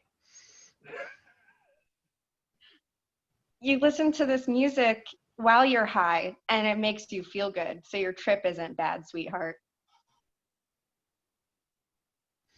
I'm trying to determine if my insight was because it was her. Like, if it was because of her or if it was because of me. Do I feel like it was because of her? So you mean it was internal to you, or is it because of what she did? Because of what she did. I'm going to say you were so caught up in the moment of counterspelling, you couldn't discern that then. Roll me an insight now to see if you can figure that out. And I want you to roll an insight, Addie, as well. Oh, God. Okay. God. Okay, I feel like I only rolled poorly on the one thing that could have gotten me killed before I started playing. Okay, so that is an insight check, 21. Okay, you immediately know that it was her magic. It wasn't necessarily anything implicit about her. It was her performance and her doing magic with music that caused that meditative state suddenly. What about you, Addie? I got a dirty 20. This guy is looking you up and down. He seems confused. Maybe he's having an awakening of some kind. People usually like you in that way, like. But he has not seemed any bit interested up until this moment, and now he has just been looking straight at you, up and down, looking at your lyre this entire time. All right, I'm gonna try and roll a persuasion on you, Alex. I'm gonna persuade you to let me keep playing my concert, like I've been here to be paid. Alrighty, 23 persuasion to let me continue my spell work while playing. What am I doing here? I mean, she just decided to roll that, so if you want to oppose, you can do that. Well, he You'll seems like will. really opposed to me playing and doing my job right now. Okay, a point of order. Do I? Okay, it's weird that she She did just that, fully right? took the reign there. She just fully took the reins there. So it's weird that she did what? Well, it's weird that she was casting hypnotic pattern. Oh, like yeah, that is oh, yeah. never Like, something someone would ever do. She's trying to convince you, and she's been doing a good enough job that you're starting to question it. Even yourself right now are questioning if that's okay to do. But no, casting a spell in the middle of a party that would make people unable to detect her would be a pretty weird thing to do. I'm just gonna look at her. Right. I'm just gonna look at her, and I'm going to say, "Keep it mundane, if you Well- don't mind. These people are already quite compromised, and I don't know if they need help doing a worse job of it, You're Father." throwing off my light show, dude. As you Yes. guys are kind of arguing in this way, your father comes back. He has removed his shirt. He is now wearing a curtain like a toga. He has a broken goblet in his hand, and he launches over Addie, over Lyre, and points at you and goes, I forgot what I was supposed to say earlier. Wessex, those old farts in Wessex are having a new king, and I didn't want to go to support and represent Shigua when the Emperor asked me. Would you like to go? I can give you you can use your ship, the merchant ship. I'll give you plenty of gold. You can bring the girl. Wink, wink, wink. If you're too, he winks with both eyes. If you're too nervous to, get down here, You're not doing anything, right? He points at Lyre. What did he ask you, Cutout? He said, you're not doing anything, right? As he points at Lyre. No, I'm not too busy. My mother just passed, so I'm trying to get out of this area anyways. That's so horrible. I don't have to worry about death because I'm an oaf. It's great. Good luck with that. So sorry. Yeah, that's a bummer. Yeah. You know what? I do feel the need to get out of here. Yes, I would love to act as your emissary to New Wessex. When do we leave? As soon as you'd like to. He calls over a servant who is frankly so tired of this that he's like, he's used to this stuff. He already has the paperwork drawn up where you can sign that'll be brought to the Emperor, as well as like the royal record, and it'll all be handled appropriately. I read it. What does it actually say? It says what he described. He actually described it pretty well. He wants he's deferring the responsibility of representing Shigua to his son, and it involves like a 6-month journey across the sea to Old Wessex, where you will meet with the Tritons. It does have a part in there where you will meet with the Triton colony there that's far separated, and then you will continue and basically just be present for the announcement, because Ivano right now is in really poor health, and they imagine he'll die anytime within the next half year. Okay, I'm going to sign, and then I'm going to look at. I'm going to look over at you, Addie, and I'm going to say, I am going to go now because I need to pack my things, which means I will not be here very soon. Have a wonderful evening. And I'm going to leave and go begin to pack my things. And I'm going to say, I'm going to stop. And I'm going to think back on my kind of awakening.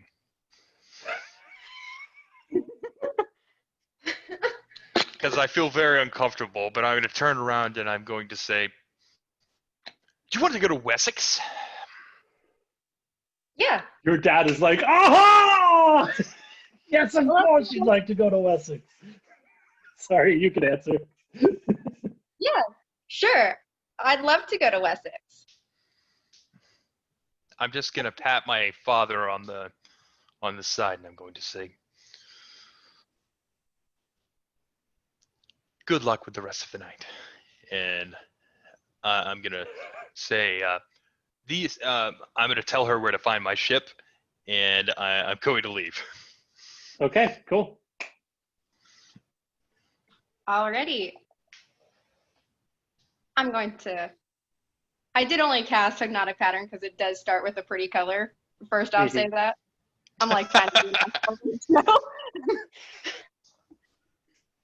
because I have a much cooler way to get out of this than what you were thinking of. So. Ooh. Okay. So what? Well, you're still at the party. He hasn't allowed you to have the Scriabin yet, but you could probably just walk out and no one would stop you at this point. But it's still a risk. No, I got a plan. Great. Okay. The bard has a plan. Yeah. The bard has a plan. Okay. I'm going to start performing. I'm going to go to the stage, get together the crew. We're going to start playing music. I'm on the Scriabin. Awesome. I'm starting off again with Hypnotic Pattern because I did actually just do that for the Wanna light use show that? because it will be really cool. Or I could use Prestidigitation. That creates shower of sparks. Let's do So that. roll me a performance check with advantage. We'll do that first, and then we'll make the effect of whatever spell you want. Alrighty, so that is a performance with advantage. So that was okay. We're going to take that original number. That is going to be a 13 performance. 13? Oh wow. I rolled pretty low for that. What'd you roll? I What'd you rolled roll? really low. I rolled a 6. Oh wow, that's a bummer. It's kind of weird because you go into this instrument and everybody is like, oh, and it's good. It's better than what Gloriosa could have done, but it's not like awesome. Halfway through this experience, people just assume, oh, that's the orgy signal. And like everybody starts making out on the chaise lounges, like, and it's a little distracting. This is the first time you've even handled this instrument, and it's like things get a little further than you want them to go. I mean, assuming. Yeah. But now there is truly no one watching you. What would you like to do here? Alrighty. I guess at this point, I'm going to start making my escape. I'm going to cast Hypnotic Pattern again, but for real this time, so that it charms everyone in my 30-foot square. Awesome. Which I What's the hope save? is 30 feet away from the door. Awesome. What's the Do I save have for to- that? No, it's a save. Yeah, the save is Wisdom 15. Whew. Okay. I just rolled all way lower than 15. Literally everyone is fully distracted and thinks the acid is kicking in. You see Gloriosa moving to talk to you as the spell goes off, and she succumbs to its effects and is dazed. Okay, I'm gonna cast Invisibility. Okay. And I cast her, kind of like gently brush around her face, kind of memorizing it, and peace out. Gloriosa's face? Yeah, she's my best friend. I'm gonna memorize it because I'm going over to Old Wessex. That's sweet. Okay, so you guys decide to get on the ship together? Yep, let's go. All right. I'm a When free spirit. she arrives, is she carrying a priceless family heirloom? You don't know that. I'm asking if I could see it. I put it in my bag, and you're seeing the Lyre I actually brought to the party, Lyre. The Lyre That case. I'm I a liar mean, in both ways. I'm a liar. Three there ways. you I'm a liar. go. So your ship is not traveling alone, actually. It is going with Umi Greenwater, who was the woman who didn't help Johan as he was dying. She is a shorter, brown-haired woman who was born of a bastard, but of the Empress's wife, or the Emperor's wife, before he became the Emperor. And she was lost for a long time. She wasn't known about. And she has become an emissary to Old Wessex in the 4 years after the thing. She's kind of like the definition of a blue-collar worker that suddenly became like a white-collar business owner. Like, she's like tons of like gnarled blisters on her hands that are like years old, but she's dressed like a noble now. And she's very sweet and kind. Her ship is called the Warm Embrace. And it's each of like these emissary ships have very stark colors, so they're recognized quickly. And hers is like this bright red. She has a shark man, this old shark man who seems to be acting as her captain. And they're all boarding the ship. Roll me perception checks, both of you, because they're going to be traveling alongside you for the duration of the trip. What is today? 22. What'd you get? 18. 22. 18, 22. Okay, with an 18, Addie, you see that very clearly the shark is first mate and the emissary is captain.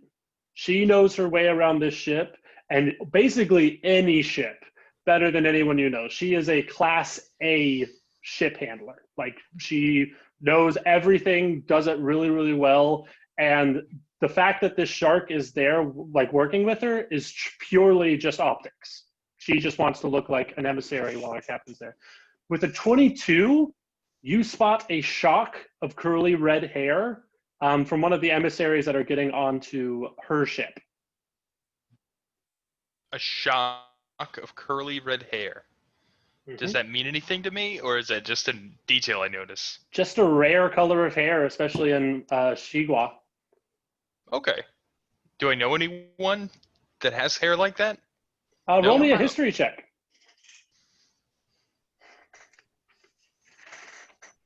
I do have the what is today? Natural 20, 28.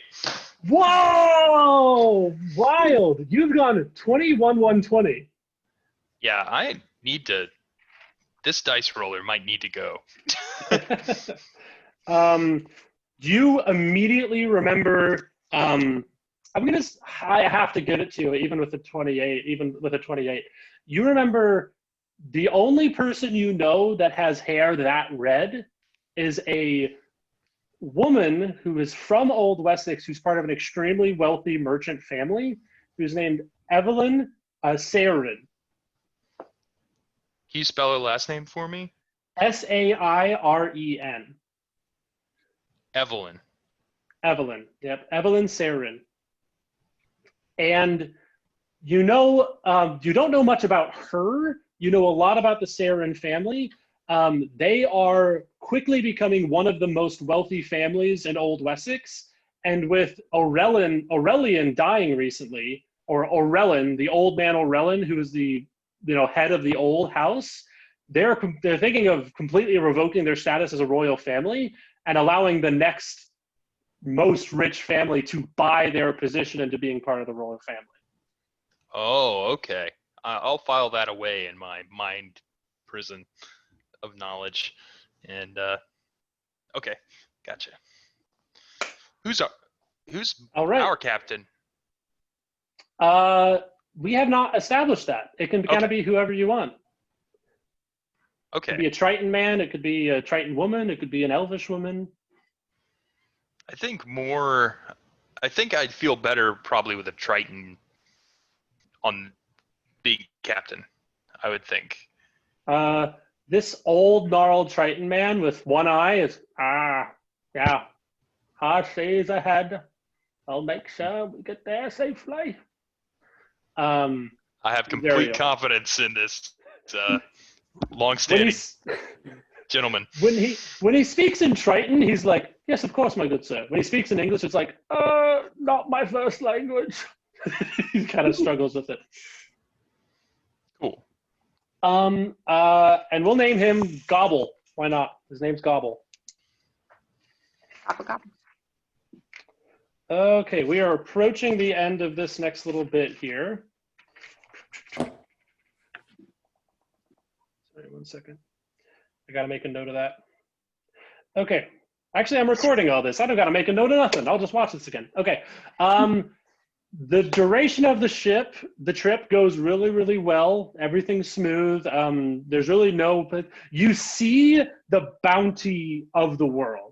Like, you'll pass these areas that were just underwater recently, and you can see the forest reappearing from like the top of the woods, top of the earth down. And so up on the mountains, there are these large trees that like have already developed these thick trunks, and then the trees get younger as they slope down, and you can see the very fast speed at which land is returning to the surface after pith has been put away. And it's a wonderful journey. You guys get closer as companions. You guys kind of trade stories back and forth between the other ship as you set down anchor here or there, but you guys go pretty quick. Is there anything you'd like to do during this time? I'm just playing. Maybe I'll get better at this thing. Swear to Christ. Yeah, we might buff that up a little bit. Anything you'd like to do, Qiao?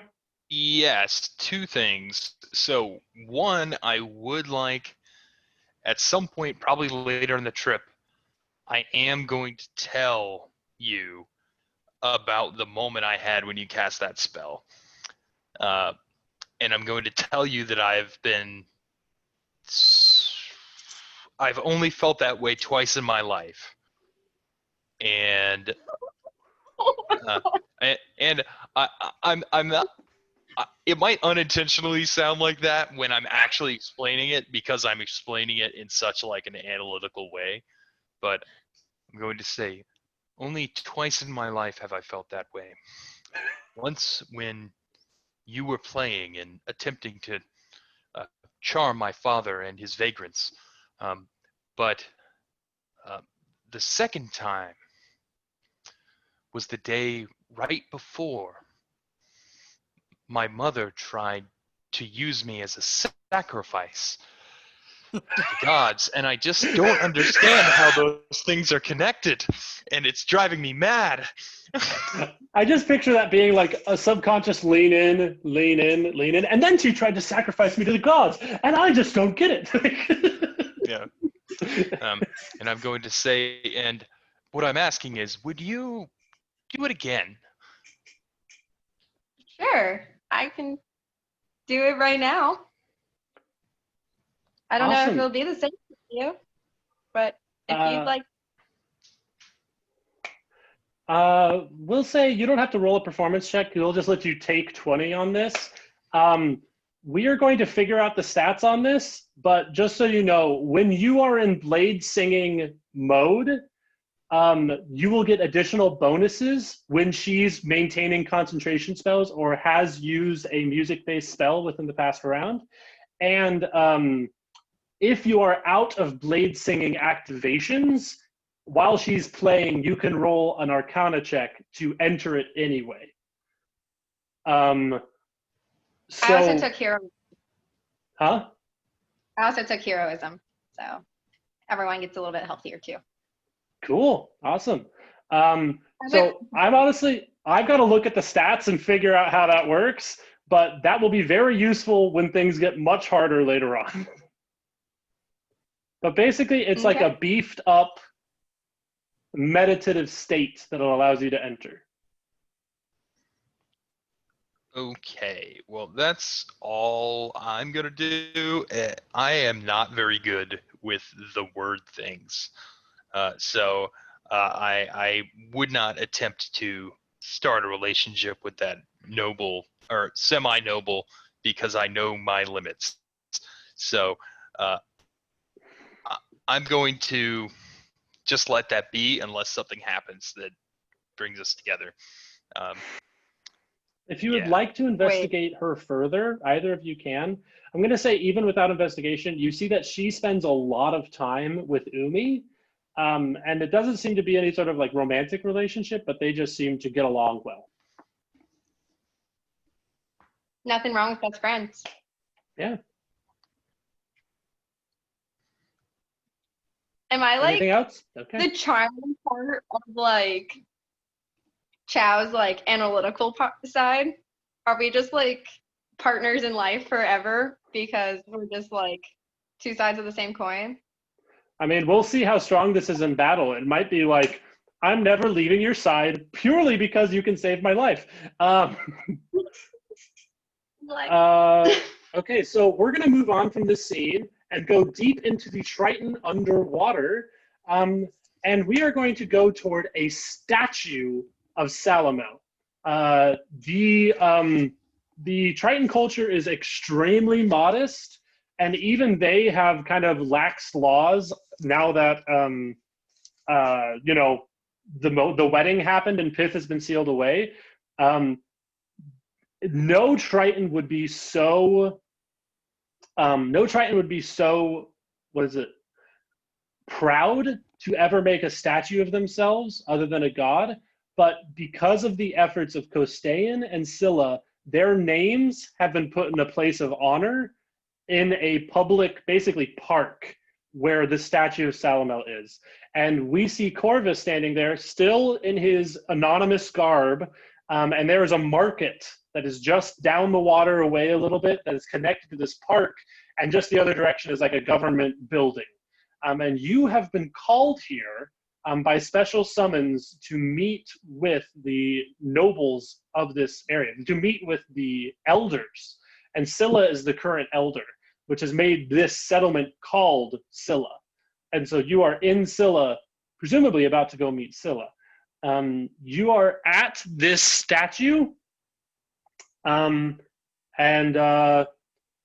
his name used to be Salamel the Father, and now in religious text and belief, he is Salamel the Deceiver, but he deceived for his children.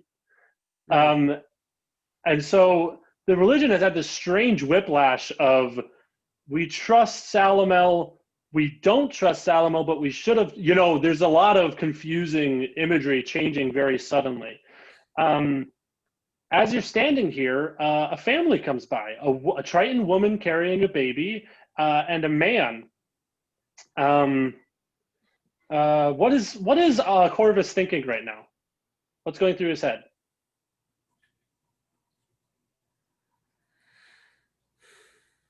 I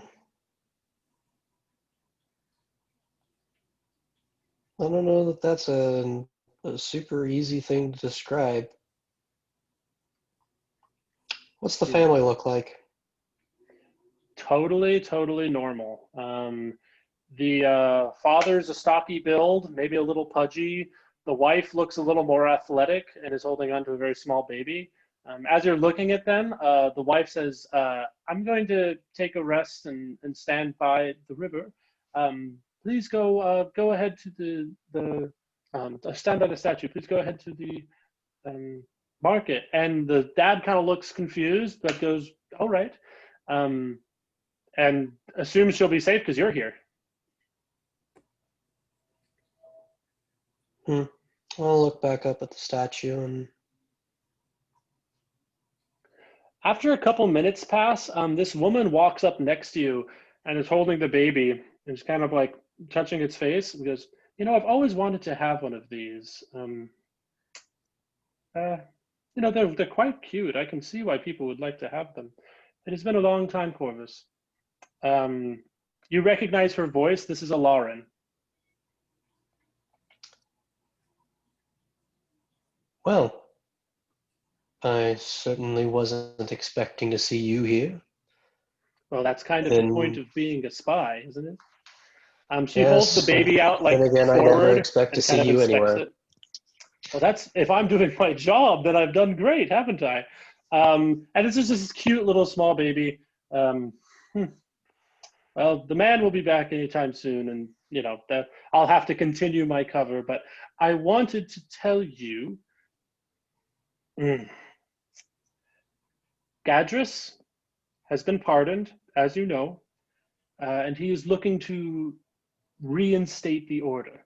You have always been one of our most stalwart and hardworking of the order, and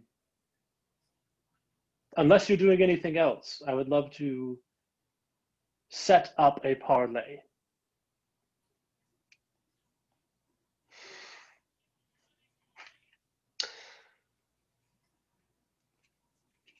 That's arguably a great thing she can't see his face. And also just lore knowledge, you know this is not what she looks like. You've never seen her I face, know. but you're sure this is like 3 levels of disguise. For sure. Why?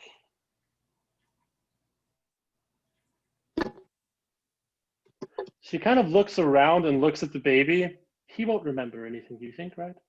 Yeah, I'm probably pretty safe. She puts it carefully back in her arm. Well, he refuses to believe that Pith is gone. I'm partial to the belief that she's still waiting for her true supporters to come back.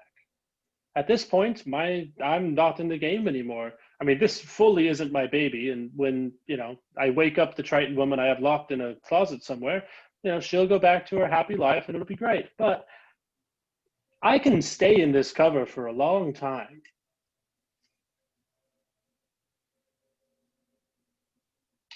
I have no reason to trust him. He's lied to me about everything.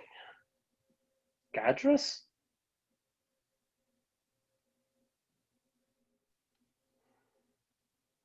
If I'll we're go to talking the about meet. lying, what? I'll go to the meet. She goes, no, you seem here important. You're all dressed up. What are you doing here? Wait, sorry. I know what you're doing here. She puts the baby like awkwardly down on the ground without even like supporting its head and just kind of leans it up against the statue. You're going to meet with the elders. And you tried to hide that from me or pretended I didn't know. You think we don't I want assume you know everything, woman. She kind of laughs at that. It's a very genuine smile. She goes, well, yes, but we wanted to see how loyal you were, and things were scary for a while, but they aren't killing cultists anymore. And whatever you're doing with Scylla, whatever you're doing with Costayan, she looks at the name, spits on them, on the Triton statue, and looks around again. Sorry. Is probably quite important. So no, I don't think I'm going to take your half-assed answer of, I'll come to the meet. Find out what you can find out, and we'll meet up with you.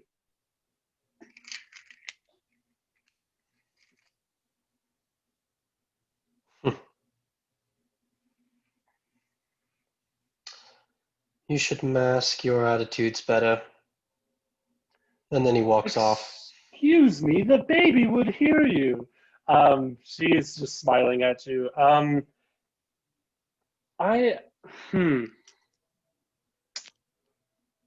Yeah, and you just walk off from there? I will go to answer my summons. Okay. Interesting. Okay, I'm going to say, from experience, you're safe. They would never threaten to harm you, ever. This is kind of a game between you guys. I just want to make that clear. Okay, you go to the summons. You walk into this room that has a strangely human-looking Triton, and the Triton himself, Costayan, who is legendary. And he addresses you. Corvus, I thank you for joining us. Corvus. Yes. This is Qiao. Qiao, this is Corvus. He will be serving as your protection in your mission to Old Wessex. I am grateful. I myself will not be attending the coronation. There have been riots in the streets, and I do not much care personally to pick a side. The I would ask Corvus, and I'll kind of grab him by the shoulder and pull him aside and say, the in my opinion, the persecution of the pith cultists, I feel, has been far too harsh as of late. Such violence and fear can breed animosity, and I would ask that you represent the Tritons well on your mission to the surface. I shall do so. And he walks him back over to Qiao and says, "Well then, that will be the end of it. I would ask that you both wish Edward and Karina well. Uh, Karina in particular, I do not believe she has forgiven me for killing her on the day of her wedding. Anywho, farewell and best of luck to you."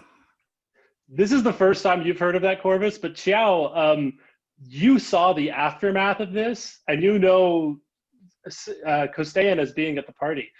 Before you leave, you see the elder, Scylla, and she addresses you. She has one arm, the other was blasted off at the wedding, and her body is littered with scars of just scratches. And it looks as if messages were carved out of her skin at some point in her life.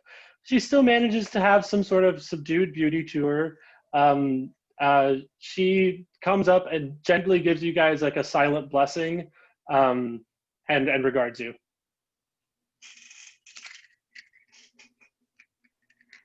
Kind of pay respect. Awesome. Corvus gives a little bow as well. All right. You guys come back into the ship. You drive over. You come back up to the very out of the loop Lyre, who's been on the ship, separated by water. And finally, we come to a Johan Hollow, walking up on the south side of the island of Old Wessex. This is not the town you left. You've gotten the news from the town criers about the announcement of Carina Hollow. You have heard about all these events going on all over the place. The vibe is very hostile, but still pedestrian. It's very strange. It's like you can go down one street and get like a croissant and just kind of enjoy the world. And then the next street over is like riots and people getting shot in the streets. And, it's very like hot and cold, very French Revolution kind of like. And this is normal during the exchange of a king, but since they're lifelong terms, this hasn't happened in your lifetime. I'm going to say you heard very, very, like you've seen Umi's ship before in your travels as she's traveled there by you, and it has its own reputation. You see a hot red boat far off in the harbor, and you also see, I'm going to just make your boat white, boat of another emissary in the harbor far, far away, far off to the north. What would Johan like to do? So the white ship belongs to whom? You're not sure, but you're sure it's a Shiguan emissary. That's what they pilot around. You know that the red one is Umi. Mm-hmm. Recognizing that that is Umi's ship, is better to be close to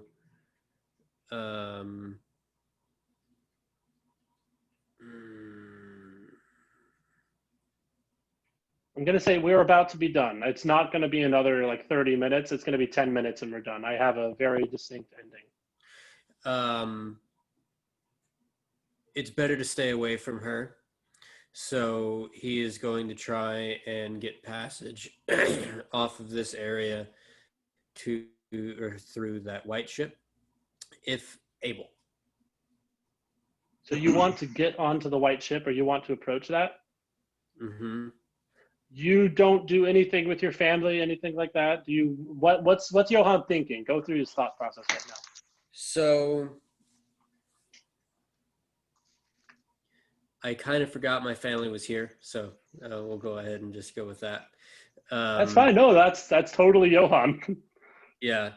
You look So, angst. since we're in Old Wessex, he would try to go. If he's here deliberately, he would try to find Just close the door. father. So not his actual father, but his, his mother's husband, Lord Hollow. Dane. Right. Okay. I'm going to say you go up to his gate. There are protesters all around the outside of it, people who want Dane to take the throne. It's pretty hard to even get close to his estates. And there are guards outside of it, but there are tons of people who think he should be the rightful king and that he's being slighted for not. What are you going to like to do once you see this site? It's clear he's deep within his estates, very well protected. Okay. Would I have any knowledge of the inner workings of this specific building? I mean, you were here 4 years ago. You probably know a secret passage here or there that you knew as a kid. If you rolled me like an investigation check, we'll see how well you get. Oh, wow, nice. That's 19. You go to one of your tried and true locations that you've used a lot, like one of the ones that you took to get out to the beach on that fateful night. There's a padlock that's been put on it that you didn't know was there before.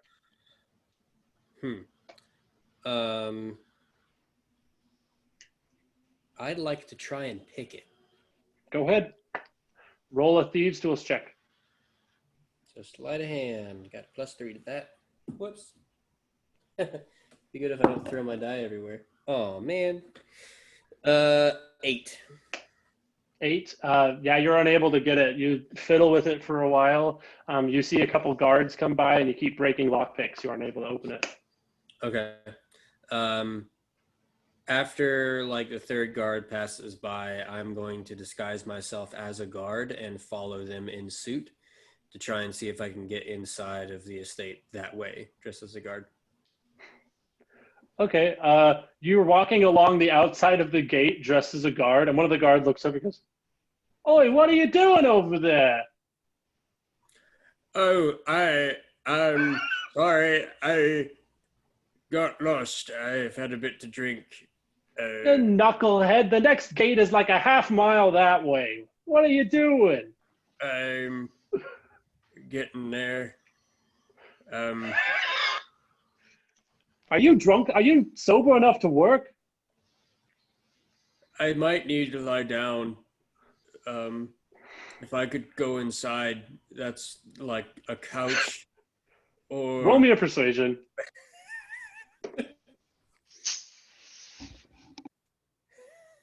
25. He got like a 16, and I was like, he might not be able to make this. No, he Get goes, the man a couch. I All think right, a he brings in- 25 I'm deserves. going to- What? No, sorry, go ahead. I'm going to just give you the generics of this because we're so low on time.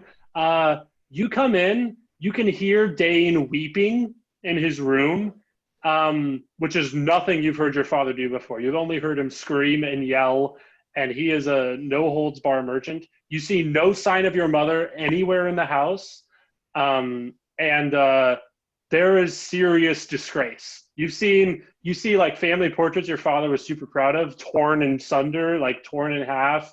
The rejection of his being made the next king of Wessex is a generational pursuit that he has failed at. And we're actually going to pause there and go back to the castle. Real quick, Sir Emory, this is happening at what?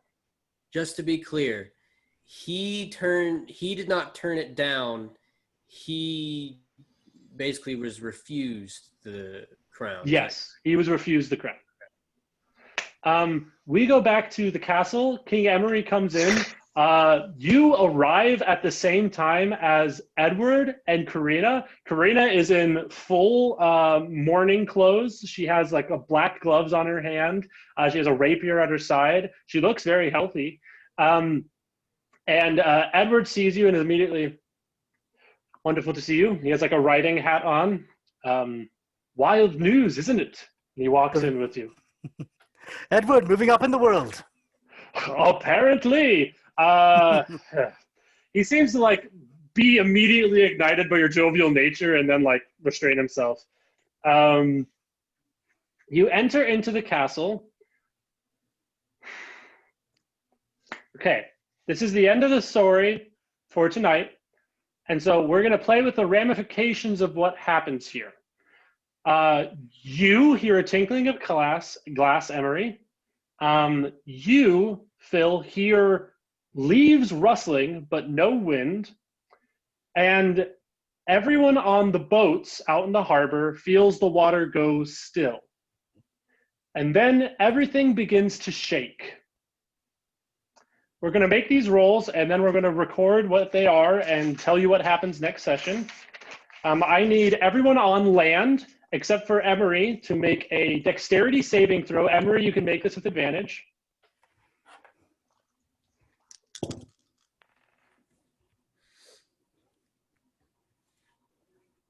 It's a 12 for me. 18. Nice. Make me a Constitution saving throw now, Phil. 21. Nice. Okay. And then the people on the ocean goes perfectly still. Roll me some nature checks, all of you, about what's happening. I will say you can already see on the other ship that's nearby you, on the red one, Umi has torn off most of her clothes and her dress and is frantically running around the ship. That is a 19. Am I looking for what I think I'm looking for? Also a 19. Wow. 18. These haven't happened for a while, maybe 4 or 5 years. This is an earthquake, and this is a tsunami. And you are on the ocean as this is happening. The last thing that is going to happen, Phil, you are going to get 1 level in Warlock additional. And Addie, you are going to get 1 level in Warlock. Okay. And that is where we will end our first session. Very nice. Cool. Thank you. I know that was a lot, but there was a lot of really complicated events happened at the end of the last session. And to do them justice and show the impact of all of them, I needed to make sure everyone was on the same page.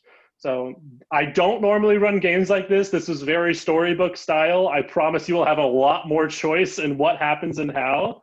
But yeah, what are you guys' thoughts, impressions? What do you guys want to see more of?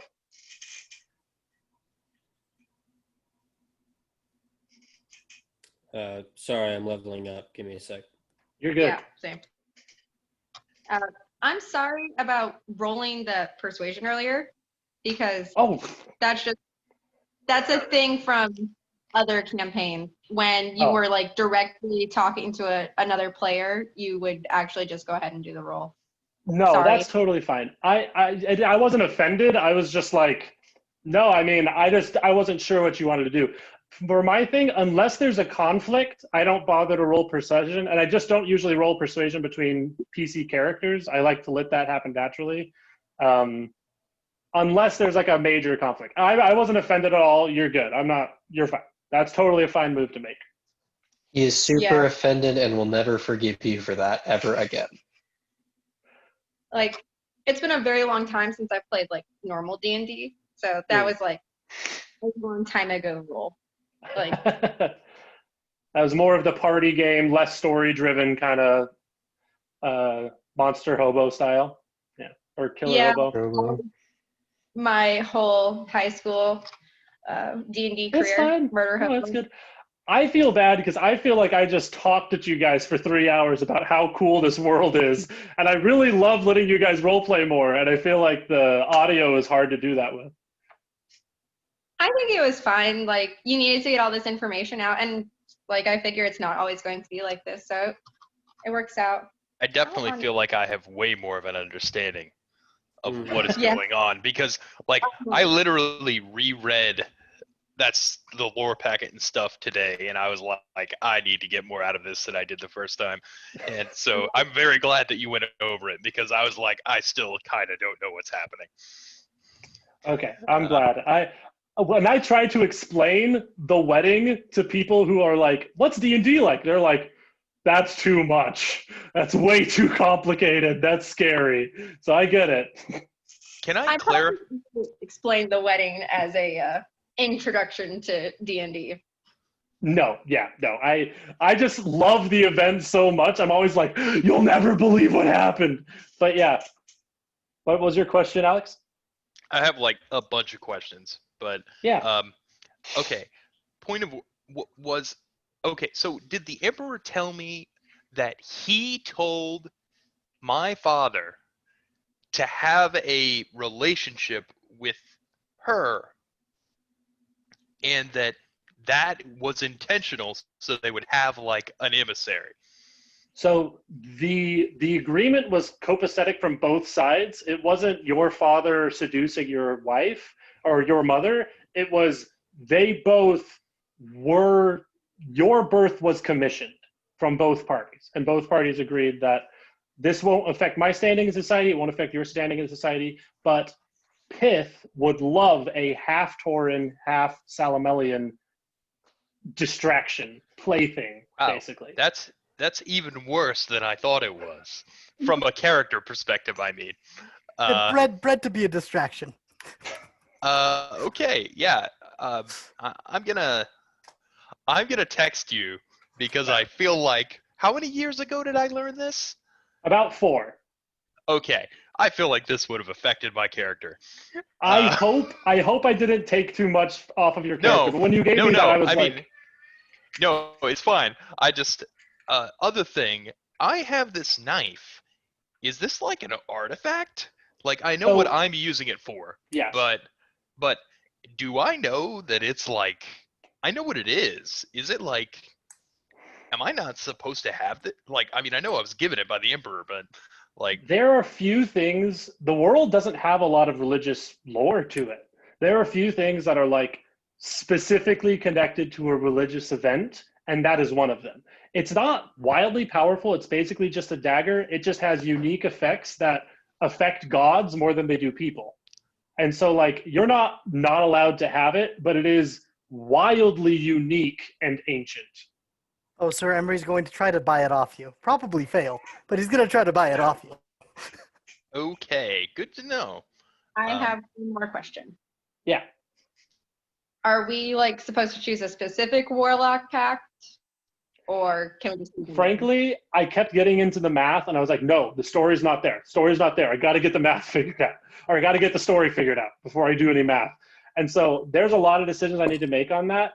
For now, you can pick whatever warlock class Johan started out as, which is, what was your Warhammer? It's still the same pact. Oh yeah, the great old one. Mm-hmm. Pith being the old one in this scenario. Something that Qiao didn't see, but you would have heard of after the fact, what Johan did was he took the dagger out of Pith's back and freed her, and then she killed a Limnin and started to gloat, and Johan asked her to bring his wife back to life, and she didn't. So with the help of Tauren, he managed to stab her again and put her away. Okay, so Nobody remembers that part.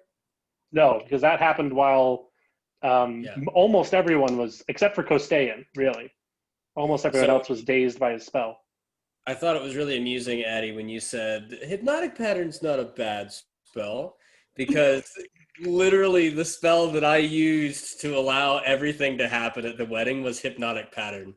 I pretty much incapacitated anybody that could help in the situation, except for the 2 people that managed to get involved. And it... Yeah, I mean, literally the only person who passed the save was Scylla, who was being possessed by Salamel at the time.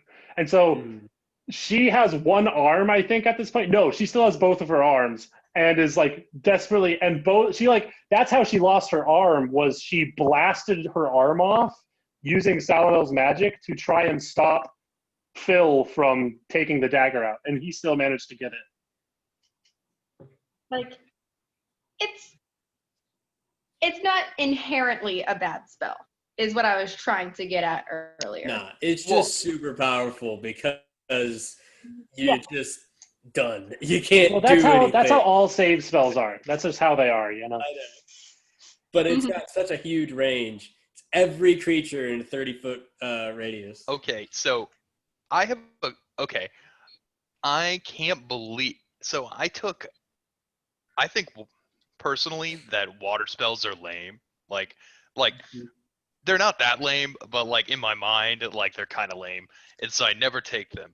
But I was like, okay, I'm playing a half trident. I have to take some water spells. So I took a water spell that might save my ass at the beginning of next session. And I'm so excited because I was like, this might come up, and now it's come up, literally. So It's not like a situation where you're going to use create water to fill someone's lungs, are you? What? No, I'm not Zahir. I'm not Zahir. I can't just kill people with my bending. Sure you can. But to make it explicitly clear, you are on open water in the middle of what is about to be a tsunami in about 30 minutes. I have a plan. Well, As- okay, Wait, can I run on water yet? okay. Here's the. Okay, sorry, That's for go you ahead. to know. That's what I'm questioning. I have to check. But yeah, you guys are very high level characters, and you're only going to get higher. So like, I've got to do a lot more math homework, which is fine. I want to get better at that, but I needed to make sure all this story was down pat, and I think I managed to make most of it pretty clear. But Okay, yeah, I've got a plan. so Sir Emory Warren is. It was so funny, Johan, where you were like, a small fortune. It's like, okay, like I won't tell how much money you have, but like, because he's like a lot noble, of money. his wealth is like ludicrous. So it's like 320 gold. That's a fortune. It's like, Buy that dagger off you for 20,000. But another thing I wanted to mention is he has we'll wait until the next thing. Those can be hidden. Yeah, So but excited we for will that. check. What? Oh, I said I'm so excited for that. It's gonna be good. Well, see, how I originally wanted to do it was we start with Sir Emory's story, and then we go to Qiao's story, and as he meets you, we go back in time to your stories as he meets you, and then we end with Johan's story. But I actually kind of like this better because it was like, you know, it just kind of all flowed together. So I read the spell that I was thinking of for my plan, and I can no longer do my plan. So I need a little bit more. I Okay. actually think I'm good. I think we're good. You got a week to think about it. No, Yeah. I took Oh, control shoot. water. I can make 100-foot trench for 10 minutes. It's okay. I took fly. So Here's another bit of information that you guys swim good. would know upon seeing Umi move, and that you know it's a tornado, tsunami. Most ships are still built with the ability to fly short durations over the water, because when Pith and Aurelian were in control, the sea would just have giant holes in them because they would pull water down to the depths or lift islands out of the ocean. And so for a ship to be functional, it had to be able to fly.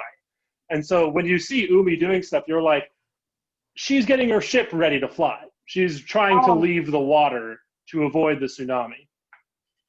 don't Okay. forget the giant sea monsters too. When you said she started taking off her clothes, I was like, oh, it's time for the orgy. Time for another party. I'm like, I guess I'm here to provide the music for that. We have just gotten started, and I'm so happy with how much you guys got. There's a little more I was expecting you to get, but all of you guys know more. The fact that you got Evelyn's name is like, dang, like that's a big downer for me. But Your Who? I'll say this just so you guys can start to picture it. Quite possibly the most important bit of information was Clippy's strict seal. Quite possibly. I have that notated. Yeah. Just so you guys can ruminate on that. I'll let you guys go to bed. It's already like 11:10 at some of your places and later. I've got to go to bed too. I've got work in the morning. But we can chat about when we can do it again. I'm free next Wednesday, but I think every other Wednesday is good when you're doing so many campaigns. So we'll see what we want to do. I would like to make a request just for myself. If we could do next Wednesday and then rotate every other Wednesday after that so that it alternates on an off week with my game so that I'm not having to try and, having D&D twice in a week is great, but I'm not used to only having D&D once in a week. Yeah. That might be good for me too. Well, and I'm also fine with that because next Wednesday is actually like my Wednesday off since I have a rotating off then day we schedule. can start earlier. So we can start a little bit earlier if we do next Wednesday, and not have to stay so late for different folks. That was the other thing I was going to suggest. One,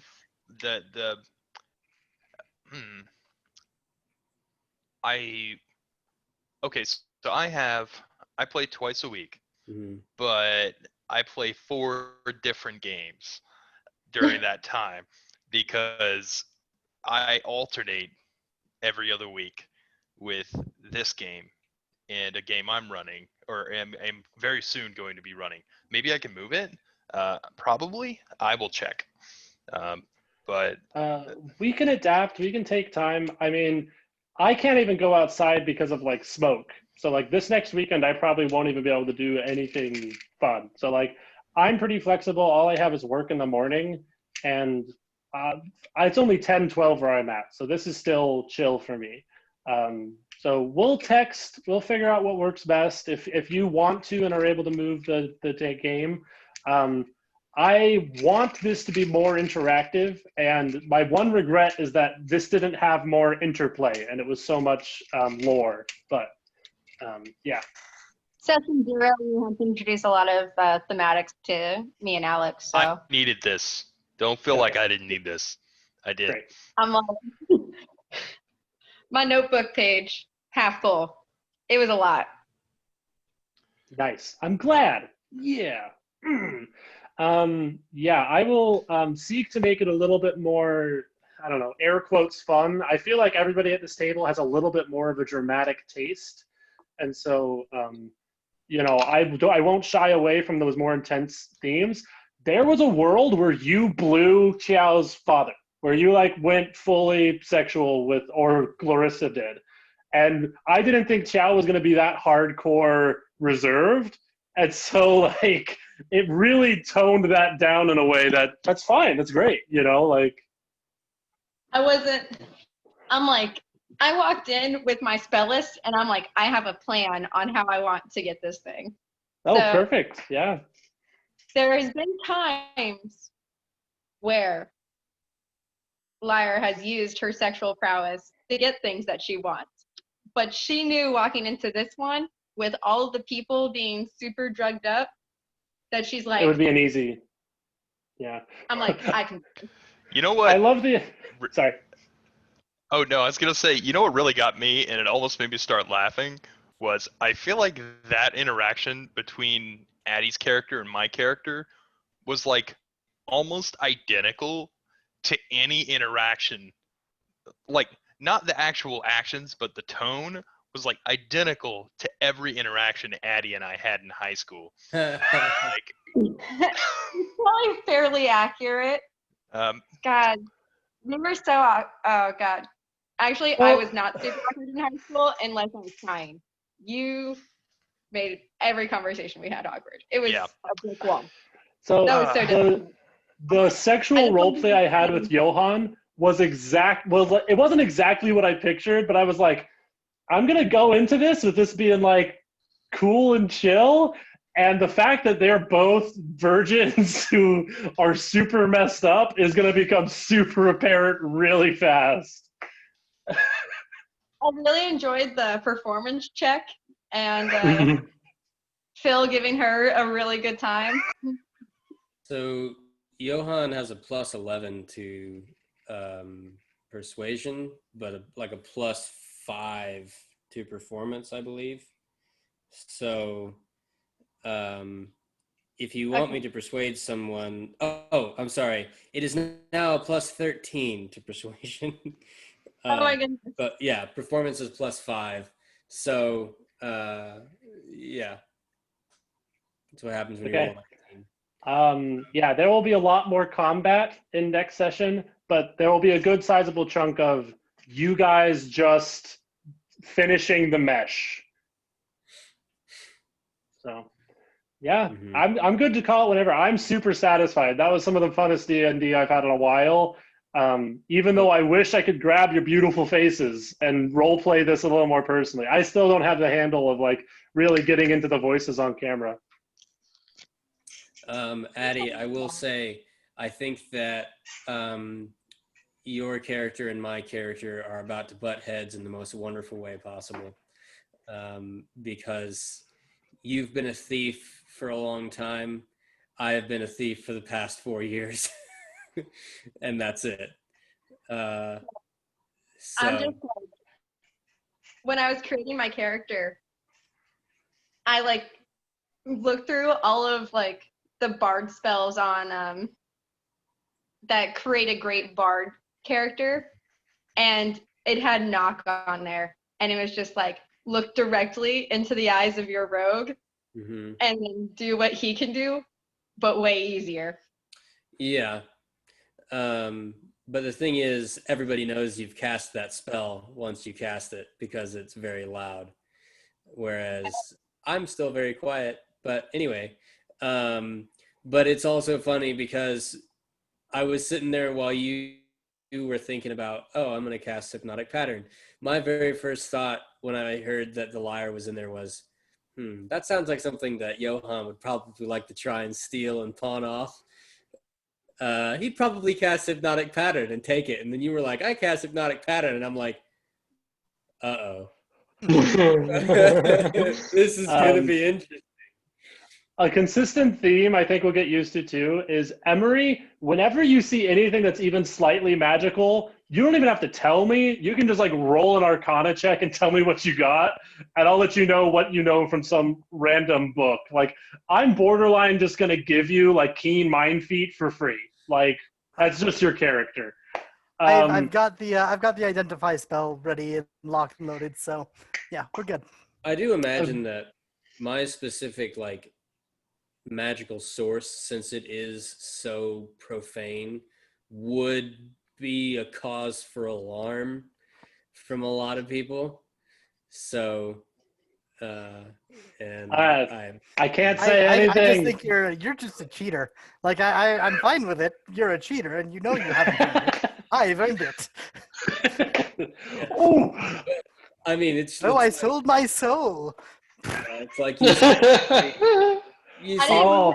casting like a fireball or a hypnotic pattern or something like that, and then you see a guy literally break someone's mind with his words, and like eldritch tentacles reaching up from around. Guys, here's the surface, here's the juice. You guys are like you guys are touching it, you guys are like kissing it.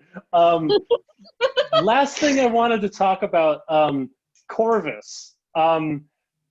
I had a special challenge for you because the Tritons historically have been a very kind of flat culture, and I've been trying to kind of like round them out a little bit more. Like, they have a lot of story, but one of the points of them is that they're so reserved. They're paced out, they're careful, they're methodical, and I want to make sure that I gave them some depth with you, and I want to make sure that you're not like lost, I guess is the word to use, in terms of like your identity as a Triton. Because I didn't go a lot into how you're anonymous as part of your pact as a monk.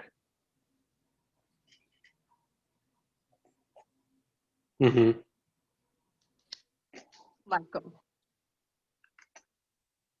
I just found a goal for Lyre and the campaign. Yeah.